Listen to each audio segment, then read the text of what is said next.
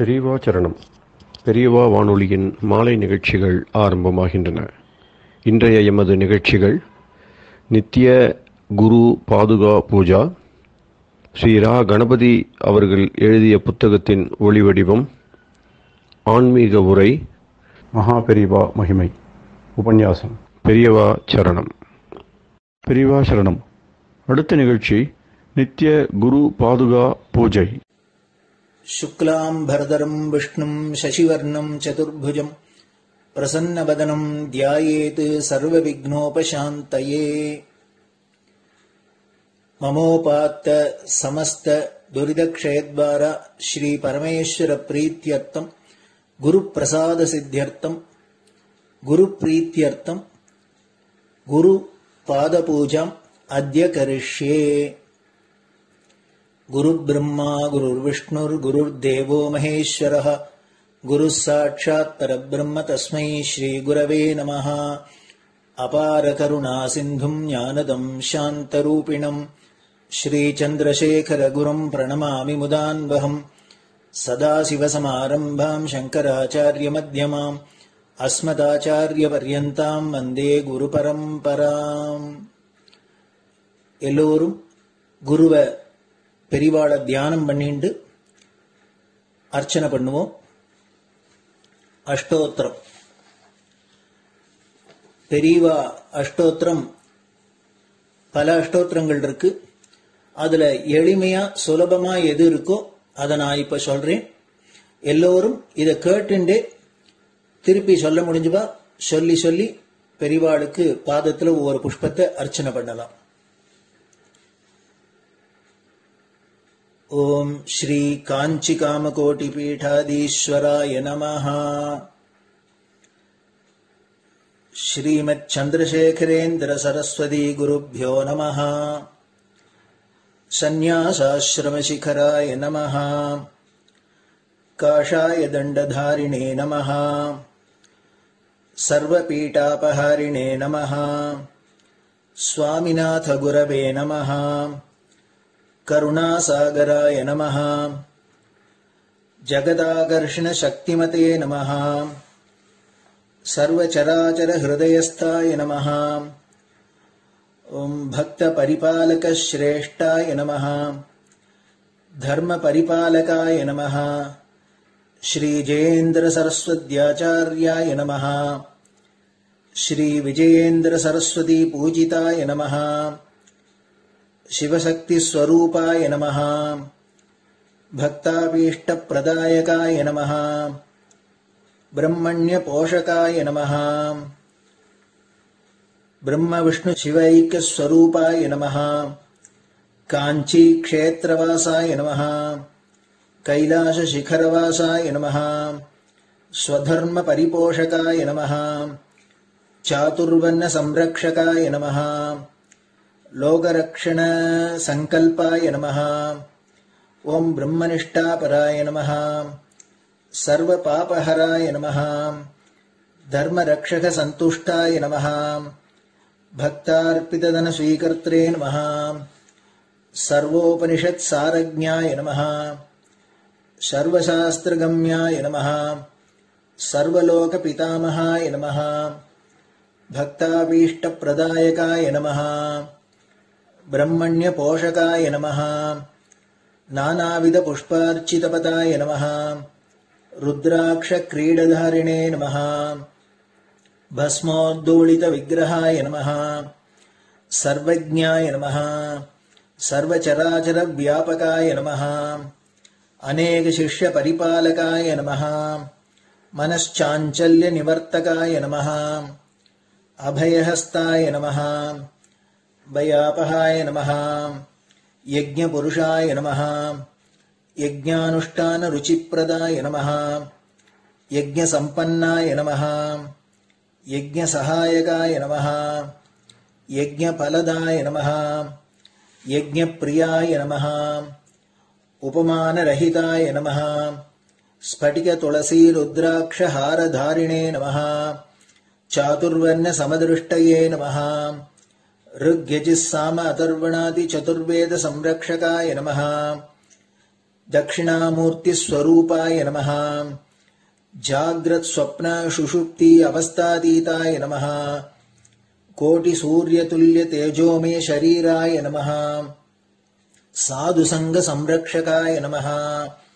அஸ்வகஜ கோபூஜா நிர்வர்த்தகாய நமஹ. குருபாதுக பூஜா துரந்தராய நமஹ. கனகாபிஷிக்தாய நமஹ. ஸ்வர்ண பில்வதள பூஜிதாய நமஹ. சர்வஜீவ மோக்ஷதாய நமஹ. மூக வாக்தான நிபுணாய நமஹ. நேத்ர தீக்ஷாதானாய நமஹ. द्वादशलिंग स्थापकाय नमः. गान रसप्रियाय नमः. ब्रह्मज्ञानोपदेशकाय नमः. सकलकलासिद्धिताय नमः. चातुर्वण्यपूजिताय नमः. अनेकभाषा संभाषण कोविताय नमः. अष्टसिद्धिप्रदायकाय नमः. ओम श्री शारदामठ सुस्थिताय नमः. नित्यान्नदान सुप्रीताय नमः. प्रार्थना मात्र सुलभाय नमः. पादयात्रा प्रियाय नमः. नानाविध मतपंडिताय नमः. श्रुति स्मृति पुराणज्ञाय नमः. देव यक्ष किन्नर किंपुरुष पूज्याय नमः. श्रवणानंदकर कीर्तये नमः. दर्शनानंदाय नमः. अद्वैतानंद भरिताय नमः. अव्याच करुणामूर्तये नमः. शैव वैष्णवादि मान्याय नमः. श्री शंकराचार्याय नमः. दंड कमंडलूहस्ताय नमः. वीणा मृदंग सकलवाद्य नाथस्वरूपाय नमः. रामकथा रसिकाय नमः.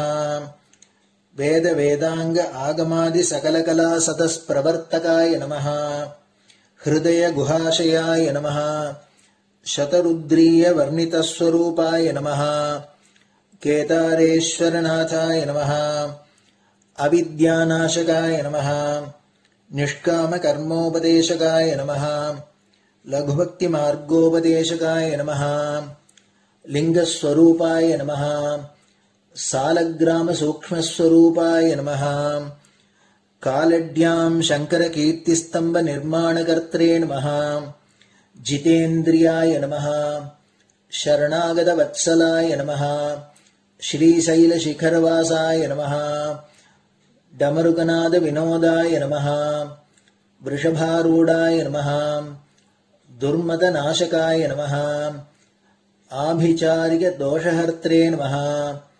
मिताहाराय नमः. मृत्युविमोचक शक्त्याय नमः.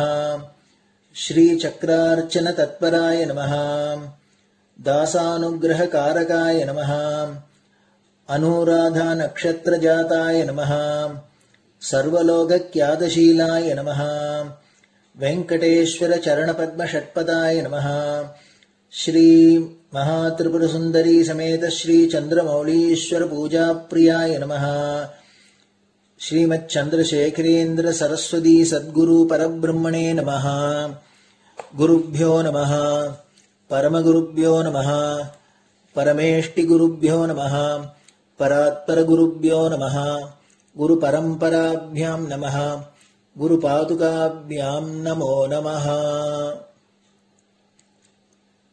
அடுத்தது ஊதுபத்தி இருந்தா அதை காமிச்சு தூபம், நெய் தீபம் இருந்தா காமிச்சு அதை நெய் தீபம் தீபம் காமிச்சுட்டு நைவேத்தியம் நைவேத்தியம் வெத்தலைப்பாக்கு பழம் இதுலேருந்து ஆரம்பிச்சு அவளுக்கு எது சௌரியமோ அதுபடி நைவேத்தியம் பண்ணலாம். அதுக்கு அடுத்தது கற்பூர ஹாரத்தி பண்ணி எல்லோரும் பிரதட்சிண நமஸ்காரம் பண்ணி பெரியவாள்கிட்ட பிரார்த்தனை பண்ணிண்டு எல்லோரும் க்ஷேமமா இருக்கணும், லோகம் பரம மங்களமா சௌக்கியமா இருக்கணும், எல்லோரும் வியாதி வெக்க இல்லாத ஆயுராரோக்கிய ஐஸ்வர்யத்தோட சாந்தம் அமைதியோட ஞான வைராக்கியத்தோட எல்லோரும் நல்லவர்களாயிருந்து நன்மையை அடையணும்னு பிரார்த்தனை பண்ணி இந்த பூஜையை தினம் செய்யலாம். குரு பிரம்மா குரு விஷ்ணுர் குரு தேவோ மகேஸ்வரः गुरुः साक्षात् परब्रह्म तस्मै श्रीगुरवे नमः। अपारकरुणासिन्धुम् ज्ञानदम् शान्तरूपिणम् श्रीचन्द्रशेखरगुरुम् प्रणमामि मुदान्वहम्। सदाशिवसमारम्भाम् शङ्कराचार्यमध्यमाम् अस्मदाचार्यपर्यन्ताम् वन्दे गुरुपरम्पराम्. குரு பாதபூஜை நிறைவடைஞ்சது. பெரியவா சரணம். பெரியவா சரணம். பெரியவா வானொலியில் நேயர்கள் அடுத்து கேட்க இருப்பது ஸ்ரீ ரா கணபதி அவர்கள் எழுதிய புத்தகத்தின் ஒளி வடிவம். அளிப்பவர் ஸ்ரீமதி உமா சங்கர் அவர்கள். தேனினும் இனிய சொல்லான் தீச்சுடர் மேனி கொண்டான் ஊனுயிர்க்குயிரதான ஒன்றினைக் கலந்து நின்றான் ஏனினிக் கவலை நெஞ்சே இன்றுனக் அருள் செய்தான் இஞ்ஞானவான் காமகோட்டி நாதனை நம்புவோமே. ஜெய ஜெய சங்கர, ஹர ஹர சங்கர. மகாபெரியவாளின் உபன்யாசங்களை ரா கணபதி அண்ணா தெய்வத்தின் குரல் என்ற பெயரில் 7 பாகங்களாக தொகுத்து அளித்ததின் 6ஆம் பாகத்தின் அடுத்த பகுதி சௌந்தர்யலகரி நூற் சிறப்பு. 3ஆவதான சௌந்தர்யலகரியை பற்றி கேட்கவே வேண்டாம். பூலோகம் ஏற்பட்ட நாளாக இதற்கு முந்தியோ பிந்தியோ இவ்வளவு பூர்ணமான சௌந்தர்யம் உள்ள வாக்கு தோன்றியதும் இல்லை, தோன்றப்போவதும் இல்லை என்று சொல்லும்படி எத்தனை தரம் சொன்னாலும் கேட்டாலும் அழுக்காத அழகு வாய்ந்ததாக, திவிட்டாத மாதுரியம் உள்ளதாக இருப்பது சௌந்தர்யலகரி. மூக பஞ்சசத்திலும் மாதுரியம் இருக்கிறதென்றாலும் அதைவிட இதில் காம்பீரியமும் சேர்ந்திருக்கிறது. மார்தவத்துக்கு மிருதுத்தன்மைக்கு பஞ்சசதி, காம்பீரியத்துக்கு சௌந்தர்யலகரி என்று கூட சொல்வதுண்டு. அதனால் இதிலே மார்தவம் குறைச்சல் என்று அர்த்தமில்லை. ஆனாலும் ரொம்பவும் எளிய பதப்பிரயோகம் என்று சொல்ல முடியாது. ஆச்சாரியாளின் ஸ்தோத்திரங்களுக்குள் மிகவும் எளிமையானது பஜகோவிந்தம். இது அப்படி இல்லை. கொஞ்சம் கஷ்டமான வார்த்தைகள் இருக்கத்தான் செய்யும். நுட்பமாக அநேக விஷயங்களை வர்ணிக்கும் போது பிரிசைஸாக அதை மட்டுமே குறிப்பாக சுட்டுவதாக உள்ள வார்த்தையை போட வேண்டும் என்பதால் கஷ்டமான வார்த்தைகளையும் கொஞ்சம் போட்டிருக்கிறார். புரியாததால் கஷ்டம் என்றாலும் வாய்க்கு மதுரமாகத்தான் இருக்கும். புரிந்துவிட்ட பின் இந்த வார்த்தையை தான் இங்கே போட முடியும் என்று கவிதை நயத்தை கொண்டாடுவோம். ஆத்மீகத்துக்கு அரிச்சுவடி போல தர்மங்களை, தத்துவங்களை பஜகோவிந்தத்தில் எளிதாக சொல்லிக் கொண்டு போகிற போது வர்ணனை, உவமை, மற்ற அலங்காரங்கள் அவ்வளவாக இல்லாமல் சிம்பிள் மீட்டரில் வார்த்தையில் பண்ணினார். இங்கே அம்பாளின் ரூபலாவண்யத்தை சொல்ல வந்த போது கவிதா பிரதிபையில் எப்படியெல்லாம் ஜோடனை செய்ய முடியுமோ அப்படி செய்யும் போது ஸ்டைல் மாறிற்று, மீட்டரும் மாறிற்று. வரிக்கு 17 எழுத்து கொண்ட 4 வரி ஸ்லோகங்களாக சிகரிணி என்ற மீட்டரில் சௌந்தர்யலகரியை பண்ணியிருக்கிறார். அம்பாளின் அழகை வாயார சொல்லிக்கொண்டு ஆனந்தப்படுவதற்கு ஏற்ற விதத்தில் சிகிரிணி சந்தஸை சிகரமாக்கிக் கொண்டிருக்கிறார்.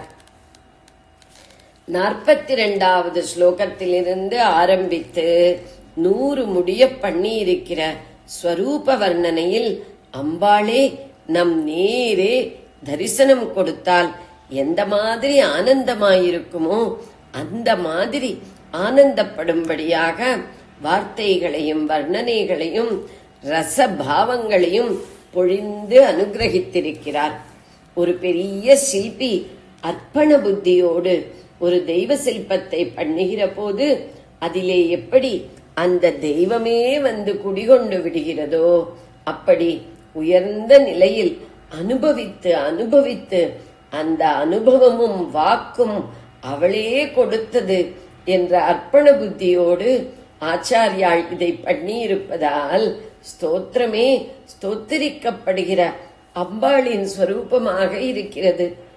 கொண்டை மாலை கட்டும் போது பூவாக சரம் கோத்து அந்த சரங்களை ஒன்றோடொன்று முறுக்கி சேர்த்து ஜரிகை ஜிகினா தைக்கிறது போல அக்ஷரங்களை பதமாக தொடுத்து பதங்களை வாக்கியமாக தொடுத்து ஒவ்வொரு ஸ்லோகத்தையும் பண்ணி ஸ்லோகத்துக்கு ஸ்லோகம் சம்பந்தப்படுத்தி முழு ஸ்தோத்திரமாக பண்ணியுள்ள கலைஞராக கவியாக ஆச்சாரியாள் இங்கே தரிசனம் தருகிறார். பூமாலை பாமாலை என்று சொல்கிறோம் அல்லவா? பூமாலை கண்ணுக்கு அழகான ரூபமாக தெரிகிறது என்றால் பாமாலை காதுக்கு அழகான சொல்லும் சந்தமுமான ரூபத்தில் இருக்கிறது. பூமாலைக்கு வாசனை மாதிரி பாமாலைக்கு அதன் அர்த்தம். பூவிலிருந்து தேன் வருகிறது என்றால் பாவிலிருந்து கிடைக்கிற ரசானுபவம் தான் மனசுக்கு தேன். ஒரு பெரிய வித்தியாசம். பூமாலை வாடி போவது, பாமாலை லோகமுள்ள அழகும் வாடாது. அருட்கவி இரு பொருளில். சாதாரண மனுஷ கவிகளுக்கும் மகான்கள் கவிகளாக இருப்பதற்கும் வித்தியாசம் உண்டு. ஆச்சாரியாள், ஞானசம்பந்தர், நம்மாழ்வார், சதாசிவ பிரம்மேந்திராள் மாதிரியானவர்களிடம் கவிதையோடு அருளும் சேர்ந்திருக்கிறது. ஒரு கவிக்கு ஈஸ்வரன் தூண்டிவிட்ட இன்ஸ்பிரேஷனில் கவிதை பிறந்தால் அதை அருட்கவி என்று சொல்கிறோம். இந்த இடத்தில் கவிதையை கவி தன்னுடைய புத்தி, கல்பனா சக்தி, அனுபவம் ஆகியதுகளை கொண்டு பண்ணவில்லை. அவனுக்கு ஈஸ்வரன் பண்ணிய அருளால் தன்னுடைய சொந்த புத்தி, யுக்தி, அனுபவங்களுக்கும் அதீதமாக கவிதை பண்ணிவிட்டான் என்று அர்த்தம். மகான்களுடைய கவிதை இன்னொரு அர்த்தத்தில், இன்னொரு அர்த்தத்திலும் என்று சொல்லணும், அருட்கவியாக இருக்கிறது. எப்படி என்றால் அந்த கவிதையே அதை படிக்கிறவர்களுக்கு கவிதா ரசத்தை கொடுப்பதோடு அருளையும் வழங்கி அனுகிரகம் பண்ணுகிறது. பொதுவாக அருட்கவி என்பது கவிக்கு அருட்சக்தி கிடைத்து பாடினதை காட்டுகிறது என்றால், மகான்களுடைய அருட்கவிகளோ படிக்கிற பேருக்கு அருட்சக்தியை ஊட்டுவதாக இருக்கிறது. இவற்றை செய்த பெரியவர்கள் அனுபவ ஆனந்த நிலையில் தங்களை மறந்து பாடினதால் இவை ஈசன் அருளில் இன்ஸ்பயர்டாக பாடிய அருட்கவிதான். எனது உரை தனது உரையாக என்றே சம்பந்தமூர்த்தி சுவாமிகள் சொல்கிறார். மலையினார் பருப்பதம் எனத் தொடங்கும் பதிகத்தில் ஆச்சாரியாலும் சௌந்தர்ய லகரியை முடிக்கும் போது துவதீயாபிகி வாக்பிகி தவ ஜனனி வாஷாம் ஸ்துதிரியம், அம்மா உன்னுடையதேயான வாக்குகளால் ஆன இந்த உன் ஸ்தோத்திரம் என்கிறார். இவ்விதத்தில் அருட்கவியாக இருப்பதோடு இவற்றை செய்த மகான்களே அனுக்கிரகமயமான அருளாளர்களாக இருப்பதால் இந்த ஸ்தோத்திரங்கள் அருளால் பிறந்த கவியாக மட்டுமில்லாமல் நமக்கு அருளை செய்கிற கவியாகவும் இருக்கின்றன. இந்த அருளாளர்கள் கவிதை பண்ண வேண்டும் என்பதே இல்லை. அருளையே நேராக வழங்க தெரிந்த பிறகு அருளை தர வழியாக இருக்கிற கவிதையை பண்ண வேண்டும் என்பதில்லை அல்லவா? ஆனாலும் ஏன் கவிதை எழுதினார்கள் என்றால், அவர்களை நேரில் தரிசனம் செய்கிறவர்களுக்குத்தானே நான் சொன்ன அந்த அருள் கிட்டும். சரீரம் போனாலும் அவர்கள் எப்போதும் சூக்ஷ்மமாக அனுக்கிரகம் பண்ணி கொண்டிருக்கிறார்கள் என்றாலும் நம்மாதிரி ஜனங்களால் அதை கிரகிக்க முடியவில்லையே. பரமாத்மாவை கூட நாம் ஒரு ரூபத்தில் தானே பாவிக்க முடிகிறது. ஆச்சாரியாளையும் சம்பந்தமூர்த்தி சுவாமிகளையும் நேரில் தரிசனம் பண்ணினவர்கள் தரிசன மாத்திரத்திலேயே அருள் பெற்றிருப்பார்கள். ஆனால் அந்த தரிசனம் சாஸ்வதமாக இல்லையே.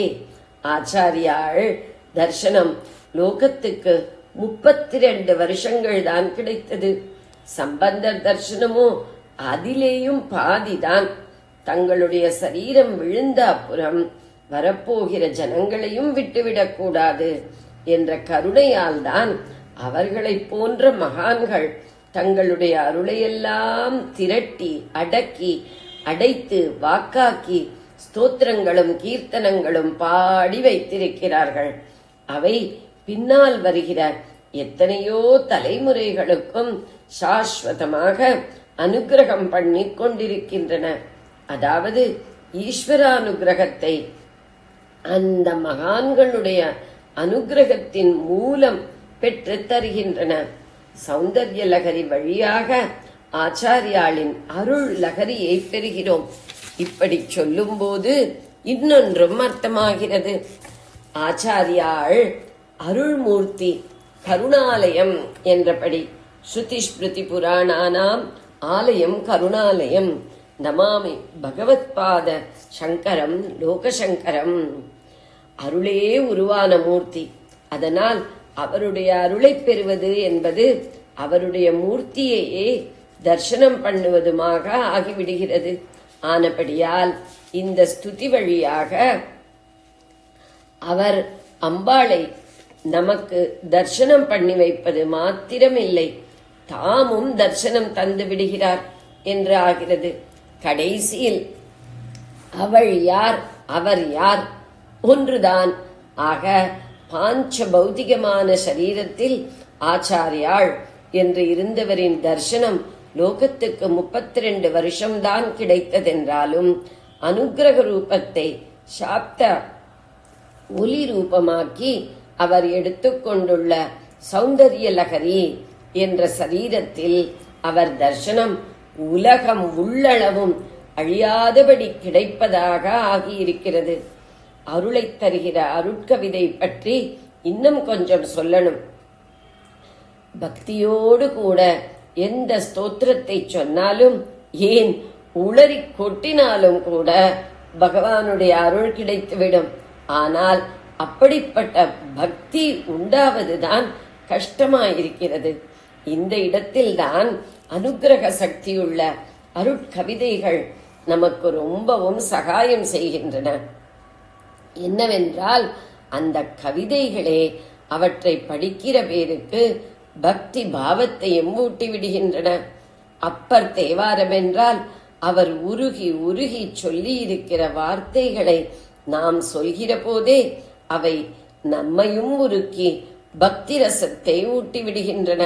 சௌந்தர்ய லகரியில் உருக்கம் ஜாஸ்தி என்று சொல்ல முடியாது. அது காவிய ரசங்களாலேயே நம் சித்தத்தை ஆகர்ஷித்து அம்பாளிடம் ஈடுபடுத்தி பக்தி ரசத்தை ஊட்டி விடுகிறது. அருட்கவியில் இன்னொரு தினசு. இங்கே கவி என்பதை கவிதை என்ற அர்த்தத்தில் சொல்கிறேன். சம்ஸ்கிருதத்தில் கவி என்றால் கவிதை பண்ணும் ஆசாமியை தான் குறிக்கும். அவன் பண்ணுவது காவியம் அல்லது கவிதை. தமிழில் பண்ணுகிற ஆசாமி, பண்ணப்படும் செய்யுள் இரண்டையும் கவி என்று சொல்கிறோம். பண்ணுகிறவனே இப்படி வாக்குரூபம் எடுத்துக்கொண்டு விட்டான் என்கிற மாதிரி அருட்கவியில் ஒரு தினசை பற்றி சொல்ல வந்தேன். அதாவது நமக்கு போதிய பக்தி இருக்கிறதா இல்லையா என்பதை பற்றி கேள்வி இல்லை. அது எப்படி வேண்டுமானாலும் இருந்துவிட்டு போகட்டும். நம் பக்தியை வைத்து அந்த கவிதை நமக்கு அனுக்கிரக பலன் தருவது அல்லது நமக்கு பக்தியையும் அதுவே உண்டாக்கி அருள் தருவது என்றெல்லாம் இல்லாமல் தன்னுடைய சப்த விசேஷத்தாலேயே சொல்கிறவருக்கு அருளை பெற்று தந்து விடுவதாக ஒரு தினசு உண்டு. நம்முடைய பக்தியை பொறுத்ததாக இல்லாமல் அந்த கவிதைகளின் சப்தங்களுக்கே திவ்ய சக்தி இருக்கும். நமக்கு விசேஷமாக பக்தி இருக்க வேண்டும் என்றில்லை. அந்த கவிதைக்கும் அர்த்தபாவம், உருக்கம், காவியரசம் விசேஷமாக இருக்கணும் என்றில்லை. ஆனாலும் கூட அந்த வார்த்தைகளின் ஒலிக்கே உள்ள சிறப்பால் அருளை கட்டி பிடித்து கொண்டு வந்து கொடுத்து விட முடியும். மந்திர சக்தி என்பது அதுதான். மந்திரமயமான இப்படிப்பட்ட வாக்குகளை நாம் உணர்ச்சியே இல்லாமல் அர்த்தமே தெரியாமல் சொன்னாலும் திருப்பி திருப்பி சொல்லி ஜபம் என்று பண்ணிவிட்டோமானால் அதன் சப்தங்களே அவற்றில் உள்ள திவ்ய சக்தியால் பலவித அனுகிரகங்களை பண்ணிவிடும். அநேக மகான்களுடைய அநேக ஸ்துதிகளில் அர்த்தபாவம், காவியரசம், மனசின் உருக்கம் முதலானவற்றோடு கூடவே இப்படிப்பட்ட மந்திர சப்த விசேஷமும் சேர்ந்திருக்கிறது. சில சமயங்களில் அவர்களுடைய ஸ்துதிகளில் அர்த்த விசேஷத்தால் உத்தமமானது வேறே, சப்த விசேஷத்தால் அருளை தந்து மந்திரமயமாயிருப்பது வேறே என்று இருப்பதையும் பார்க்கிறோம். ஆச்சாரியாளின் ஸ்துதிகளில் அர்த்த விசேஷத்தில் குறைந்ததாக எதுவுமே கிடையாது. அத்தனையுமே ரத்ன சுரங்கம். சாதாமணி, இமிடேஷன் கல்லு எதுவுமே கிடையாது. அப்படி இருப்பதோடு கூட பொன்மலர் நாற்றமுடைத்து என்று பிரதி ஸ்லோகத்துக்கும் சப்த விசேஷத்தாலேயே மந்திர சக்தியும் இருப்பதாக 2 ஸ்தோத்திரங்களை பெரியவர்கள் எடுத்திருக்கிறார்கள். முன்னேயே சொன்னேன், ஒன்று சுப்பிரமணிய புஜங்கம், இன்னொன்று சௌந்தர்ய லகரிதான். மந்திர சாஸ்திரமாகவே உள்ள முதல் 41 ஸ்லோகத்துக்கு மாத்திரமில்லாமல் 100 ஸ்லோகத்துக்குமே மந்திர சக்தி இருக்கிறது. பின்பாதியான அம்பாளுடைய ஸ்வரூப வர்ணனை ஸ்லோகங்களும் கூட ஒலிச்சிறப்பாலேயே திவ்ய சக்தியை கிரகித்து தரக்கூடிய மந்திர மகிமையும் வாய்ந்தவையாக இருக்கின்றன. அந்த ஸ்லோகங்களிலும் ஒவ்வொன்றையும் ஜபம் பண்ணினால் ஒவ்வொரு பலன் கிடைக்கும். அப்படி பண்ணி எத்தனையோ பேர் எத்தனையோ பரம்பரையாக பலன் பெற்றும் வந்திருக்கிறார்கள். குருமுகமாக அந்தரங்கமாக தெரிந்து கொண்டு அனுஷ்டானம் பண்ண வேண்டிய விஷயம். பக்தி ஸ்துதி கவிதை என்கிற ரீதியில் யாரும் படித்து பயன் பெறலாம். ஆனால் அதையே மந்திர சாஸ்திரம் என்று வைத்துக்கொண்டு பயன் பெற வேண்டும் என்கிற போது ஆச்சாரிய முகமாக அதற்கான நியமங்களோடு தான் அனுஷ்டிக்க வேண்டும். நாம் அம்பாளிடம் நீங்காத நிஜபக்தி வேண்டும் என்ற ஒரு பலனை உத்தேசித்து பாராயணம் செய்தாலே போதும். பாக்கி பலனெல்லாம் அதற்குள்ளே வந்துவிடும். அவளே தருவாள். அப்படி வராவிட்டாலும் அவள் தராவிட்டாலும் கவலைப்பட தோன்றாது. பக்தி நிஜமாக ஏற்பட்டு விட்டால் வேறு எந்த பலனையும் எதிர்பார்க்க தோன்றாது. சிவன், விஷ்ணு, அம்பாள் முதலான எல்லா தெய்வங்களையும் பற்றி நம்முடைய ஆச்சாரியால் பண்ணியிருக்கும் எல்லா ஸ்துதிகளுமே நான் சொன்ன 2 அர்த்தத்திலும் அருட்கவிகளாகும். அம்பாள் பரமாக சௌந்தர்ய லகரியின் முதல் பாகமான ஆனந்த லகரி தவிர ஒவ்வொரு ஆனந்த லகரியும் முழு ஸ்தோத்திரமாக இன்னொரு ஆனந்த லகரியும் முழு ஸ்தோத்திரமாக பண்ணியிருக்கிறார். இன்னும் தேவி புஜங்கம், திரிபுர சுந்தரி மானச பூஜா ஸ்தோத்திரம், திரிபுர சுந்தரி சதுஷ்டஷ்டுபசார பூஜா ஸ்தோத்திரம், திரிபுர சுந்தரி வேத பாதஸ்தவம் முதலான பெரிய ஸ்தோத்திரங்களும், அன்னபூர்ணாஷ்டகம், அம்பாஷ்டகம், பவானி புஜங்கம் முதலான சின்ன ஸ்தோத்திரங்களும் அம்பாள் மேல் செய்திருக்கிறார். மதுரை மீனாட்சி, சிங்கேரி சாரதாம்பா, ஸ்ரீசைலம் பிரமராம்பா முதலான க்ஷேத்திரமூர்த்திகள் மேலும் ஸ்தோத்திரம் பண்ணியிருக்கிறார். ஆச்சாரியாளுடைய சிவாபராத க்ஷமாபன ஸ்தோத்திரம் மாதிரியே நம்முடைய அபராதங்களை அம்பாளிடம் சொல்லி மன்னிப்பு கேட்பதாக காளி ஸ்துதி என்று ஒன்று, காள்யபராத பஞ்சன ஸ்தோத்திரம், பஞ்சன ஸ்தோத்திரம் என்றும் அதற்கு பேர் சொல்கிறார்கள். அப்படி ஒரு ஸ்தோத்திரம் சாக்தத்துக்கு பேர் போன பெங்காலில் ஆச்சாரியாள் பண்ணியதாக விஷயஜர்களும் சொல்லி பாராயணம் பண்ணுகிறார்கள். பல தேவதைகளின் மேல் 100 கணக்கில் ஆச்சாரியாள் ஸ்தோத்திரங்கள் பண்ணியிருந்தாலும் அதற்கெல்லாம் டாப்பாக சௌந்தர்ய லகரியைத்தான் லோகம் கொண்டாடி வந்திருக்கிறது.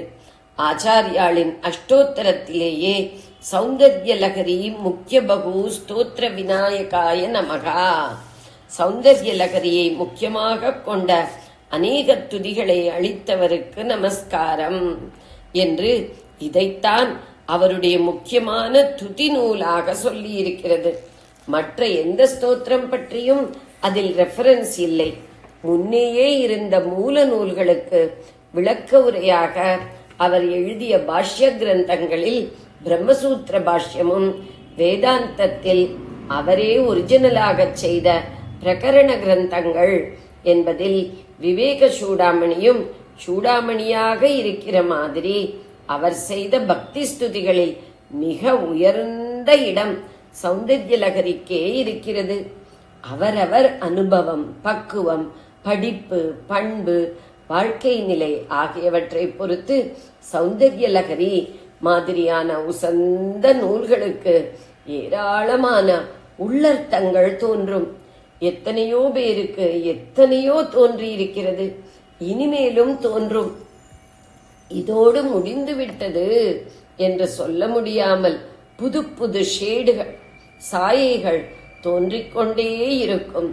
தோண்ட தோண்ட ஊற்று ஜலம் வந்து கொண்டே இருக்கிற மாதிரி இப்போது நான் எனக்கு தோன்றுகிற அர்த்தத்தை சொல்வதால் இதோடு முடிந்துவிட்டது என்று சொல்ல முடியாது. இன்னும் ஆழ ஆழ தோண்டிக்கொண்டே முழுகிக்கொண்டே போகிறவர்களுக்கு இன்னும் என்னென்ன ரத்னங்கள் முத்துக்கள் கிடைக்குமோ. அம்பாள் கிருபையில் உங்களில் யாராவது ஒருத்தரோ பல பேரோ அப்படி கொண்டு வந்து கொடுத்தால் அதுவே எனக்கு பெரிய ரத்னாபிஷேகம், முக்தாபிஷேகம். ஜெய ஜெய சங்கர, ஹர ஹர சங்கர. பெரியவா சரணம். இந்நிகழ்ச்சியின் அடுத்த பகுதி நாளை மாலை இதே நேரத்தில் ஒளிபரப்பாகும். பெரியவா சரணம். பெரியவா சரணம். பெரியவா வானொலியில் நேயர்கள் அடுத்து கேட்க இருப்பது திரு கவிக்கண்ணன் அவர்களின் ஆன்மீக உரை. பெரியவா சரணம். ராம் ராம். ஸ்ரீ குருப்யோ நமஹ. ஜெய ஜெய சங்கர, ஹர ஹர சங்கர. பெரியவா வானொலி நேயர்கள் அனைவருக்கும், மகா பெரியவாவுடைய பக்தர்கள் அனைவருக்கும் அடியேன் கவிக்கண்ணனின் அன்பு கலந்த நல்வாழ்த்துக்கள். ராம் ராம். ஜெய ஜெய சங்கர, ஹர ஹர சங்கர. ஸ்ரீ குருபியோ நம. அபிராமி அந்தாதில இந்த கடைசியில ஒரு 97, 98வது பாட்டுல அபிராமி பட்டர் கேட்கிறார் பரமேஸ்வரனை பார்த்து. பரமேஸ்வரன் அம்பாளோட தனியா இருக்காராம். அம்பாள் அந்த சிம்மாசனத்துல உட்காந்துட்டு பரமேஸ்வரன் கீழே உட்கார்ந்துருக்காராம். அவரோட மடியை தலைய வச்சுட்டு இருக்காராம். அப்போ என்ன ஒரு பெரிய அதிசயமான நிகழ்வுன்னு, அவர் தலையில இருந்த சந்திரனையும் காணாம, கங்கையும் காணாம, கையில இருந்த மான் மழு எதுவுமே இல்லையா, அவர் மாத்திரம் இருக்காராம். அப்போ அபிராமி பெற்றவர் கேட்கிறார், தைவந்து நின் அடி தாமரை சூடிய சங்கருக்கு கைவந்த தீயும் தலைவந்தாரும் கறந்ததங்கே மெய்வந்த நெஞ்சிலல்லார் விரகர் தங்கள் பொய்தந்த நெஞ்சில் புகழறியா மடப்பூங்குயிலேன்னு அந்த பாட்டை சொல்றார். ஏ அம்பாளே, தாயே, பரதேவத்தியே, உன் மடியில தலையை வச்சுன்னு உட்கார்ந்துருக்காரு அந்த பரமேஸ்வரன். அவர் எங்க தலையில இருந்த கங்கையையும் அந்த சந்திரனையும் எங்க ஒளிச்சு வச்சிருக்காரு? அவர் கையில சூலத்தெல்லாம் ஒண்ணுமே காணமே. அப்பேற்பட்ட தாயே, நீ வஞ்சகர்களுடைய மனசுல நீ வசிக்க மாட்ட, நீ அடியார்களுடைய மனசுல தான் இருப்ப. இவர் இந்த மாதிரி எங்க பண்ணாரு, எங்க ஒளிச்சு வச்சுட்டு வந்தாருன்னு கொஞ்சம் கேட்டு சொல்லேன் அப்படின்னு ஒரு கிண்டலா கேட்கிறார். பரமேஸ்வரனுடைய அவதாரம் தானே நம்ம பெரியவா. நம்ம பெரியவாளை பார்த்து எனக்கு இந்த மாதிரி ஒரு கேள்வி கேட்கணும்னு தோணுது. நான் என்ன கேட்கிறேன்னு பாப்போமா?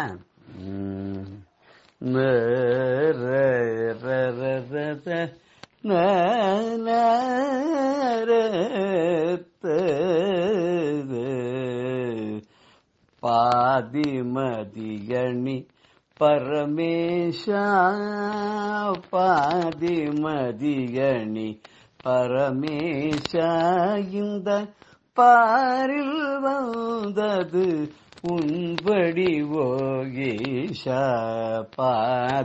பாதிமதியணி பரமேஷா, இந்த பாரில் வந்தது உன்வடி ஓஷா. பாதிமதியணி பரமேஷா, மேதினி போற்றும் மேவிய காஞ்சி மேதினி போற்றும் மேவிய காஞ்சி மாமுனியே உனை மறைத்து கொண்டாயோ மாமுனியே உனை மறைத்து கொண்டாயோ பாதிமதியணி பரமேஷா இந்த பாரில் வந்தது உன்படிவோ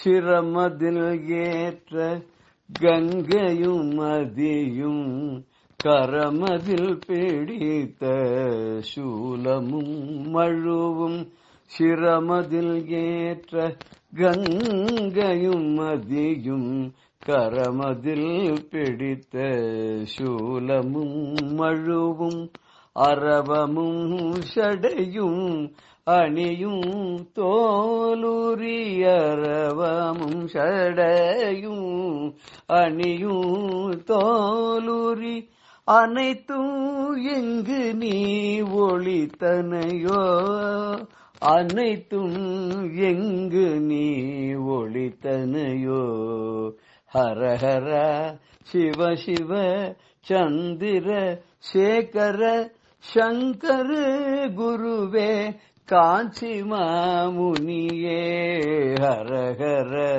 சிவ சிவ சந்திர சேகர சங்கர குருவே காஞ்சி மாமுனியே சரணென உனதடி பணிந்தோம் எம்மை சந்தது காத்திடும் குருநாதா சரணென உனதடி பணிந்தோம் எம்மை சந்ததும் காத்திடும் குருநாதா பாதிமதியணி பரமேசா இந்த பாரில் வந்தது உன்படிவோ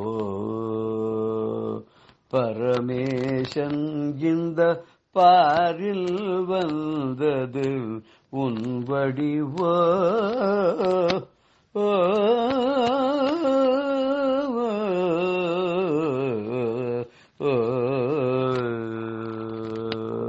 பரமேஸ்வரனே உன்னோட ரூபத்துல வந்தானா இந்த மேதினி போற்றக்கூடிய சிறந்த புண்ணிய காஞ்சியில ஏ மகா முனிவரே நீர் உண்மை மறைத்துக் கொண்டு இப்படி ஒரு வேஷம் போடுறீரா உம்ம தலையில இருந்த கங்கை எங்க சந்திரன் எங்க கையில பிடிச்ச அந்த சூலம் எங்க மழு எங்க உடம்புலெல்லாம் சுத்தி இருந்த பாம்புகள் எங்க ஜடா முடி எங்க நீ அணிந்திருந்த புலித்தோல்லாம் எங்க எத்தனை எங்க ஒடிச்சு வச்சுட்டு இங்க சாமியார் வேஷம் போட்டுன்னு வந்து இங்க காஞ்சிபுரத்துல காமகோட்டி பீட்டத்துல சந்திரசேகரேந்திர சங்கர குருவாக இருக்கக்கூடிய காஞ்சி மா முனிவரே உன்னை சரணம் என்று உன்னோட திருவடிகளை நாங்க பணிகிறோம் என்னன்னைக்கு எங்களை காத்துக் கொண்டிருக்கக்கூடிய குருநாதா நீ எல்லாத்தையும் எங்க ஒளிச்சு வச்சுட்டு இப்படி இருந்து இந்த மாதிரி ஒரு சன்னியாசி விஷயத்தை வந்திருக்க நீதான் பரமேஸ்வரன் வந்து எங்களுக்கு புரிஞ்சு போச்சு அப்படின்னு சொல்ற மாதிரி இந்த பாட்டை நம்ம பண்ணிருக்கோம்.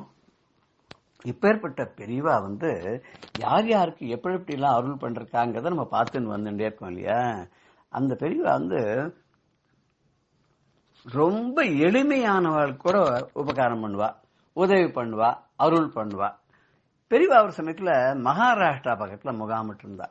அந்த மகாராஷ்டிரா பக்கத்துல முகாமிட்டு இருந்த போது அவரை பார்க்கறதுக்கு ஒரு பிரபல வைத்தியர் சென்னையில இருந்து போயிருக்கார். ரொம்ப அடிக்கடி போறவர், பழக்கமானவர்.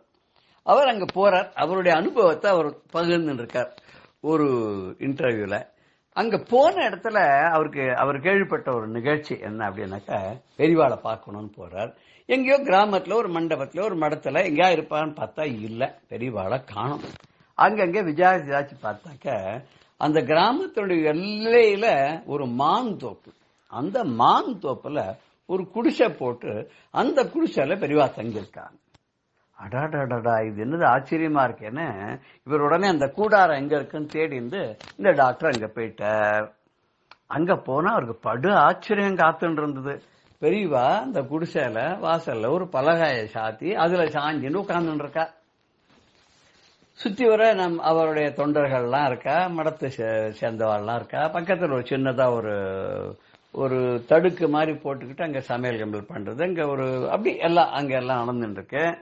பக்தர்கள்லாம் வந்தா சாப்பிடறதுக்கு ஒரு இடம், அப்படி எல்லாம் அங்க கூட பெரியவா அங்க போயிருந்தாலும் ஒரு மாந்தோப்புல இருந்தாலும் அங்கேயும் ஜனங்கள் விடுறதில்ல. விடாத துரத்து யானை தொடர்ந்து சிக்கன பிடித்தேன் இங்கு நீ எழுந்தருளுவதினையேன்னு தேவாரத்தில் சொல்ற மாதிரி பெரியவா அங்க போனாலும் இந்த பரமேஸ்வரனை தொடர்ந்து சுத்தி ஜனங்களும் போயிடுவா.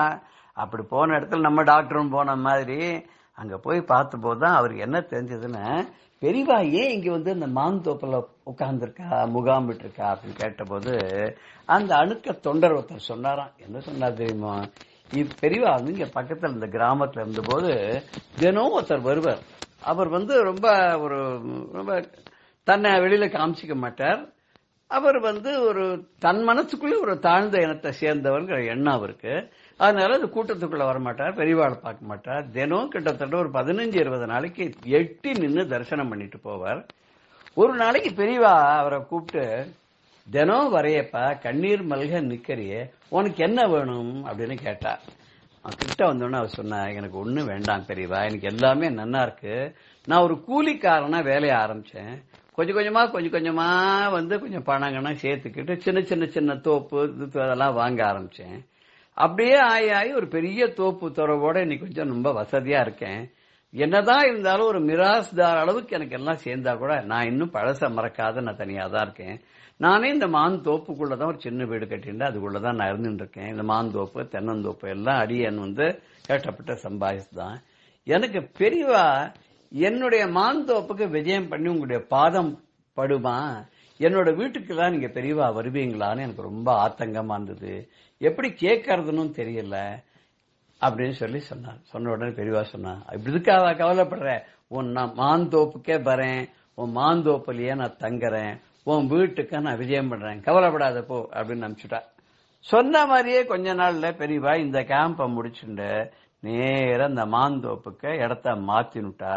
மாத்திட்டு அங்கேயே ஒரு இடத்த அந்த பண்ணை இருக்கானே அந்த முதலாளி அவன் இவருக்கு ஒரு சரியான ஒரு நல்ல இடமா பண்ணி கொடுத்து அதுல ஒரு குடில் எல்லாம் கட்டி கொடுத்து சமைக்கிறதுக்கு சாப்பிடறதுக்கு எல்லாம் இடம் எல்லாம் பண்ணி கொடுத்து எல்லாம் செஞ்சு கொடுத்த உடனே பெரியவா அங்கேயே தங்கியிருந்தா.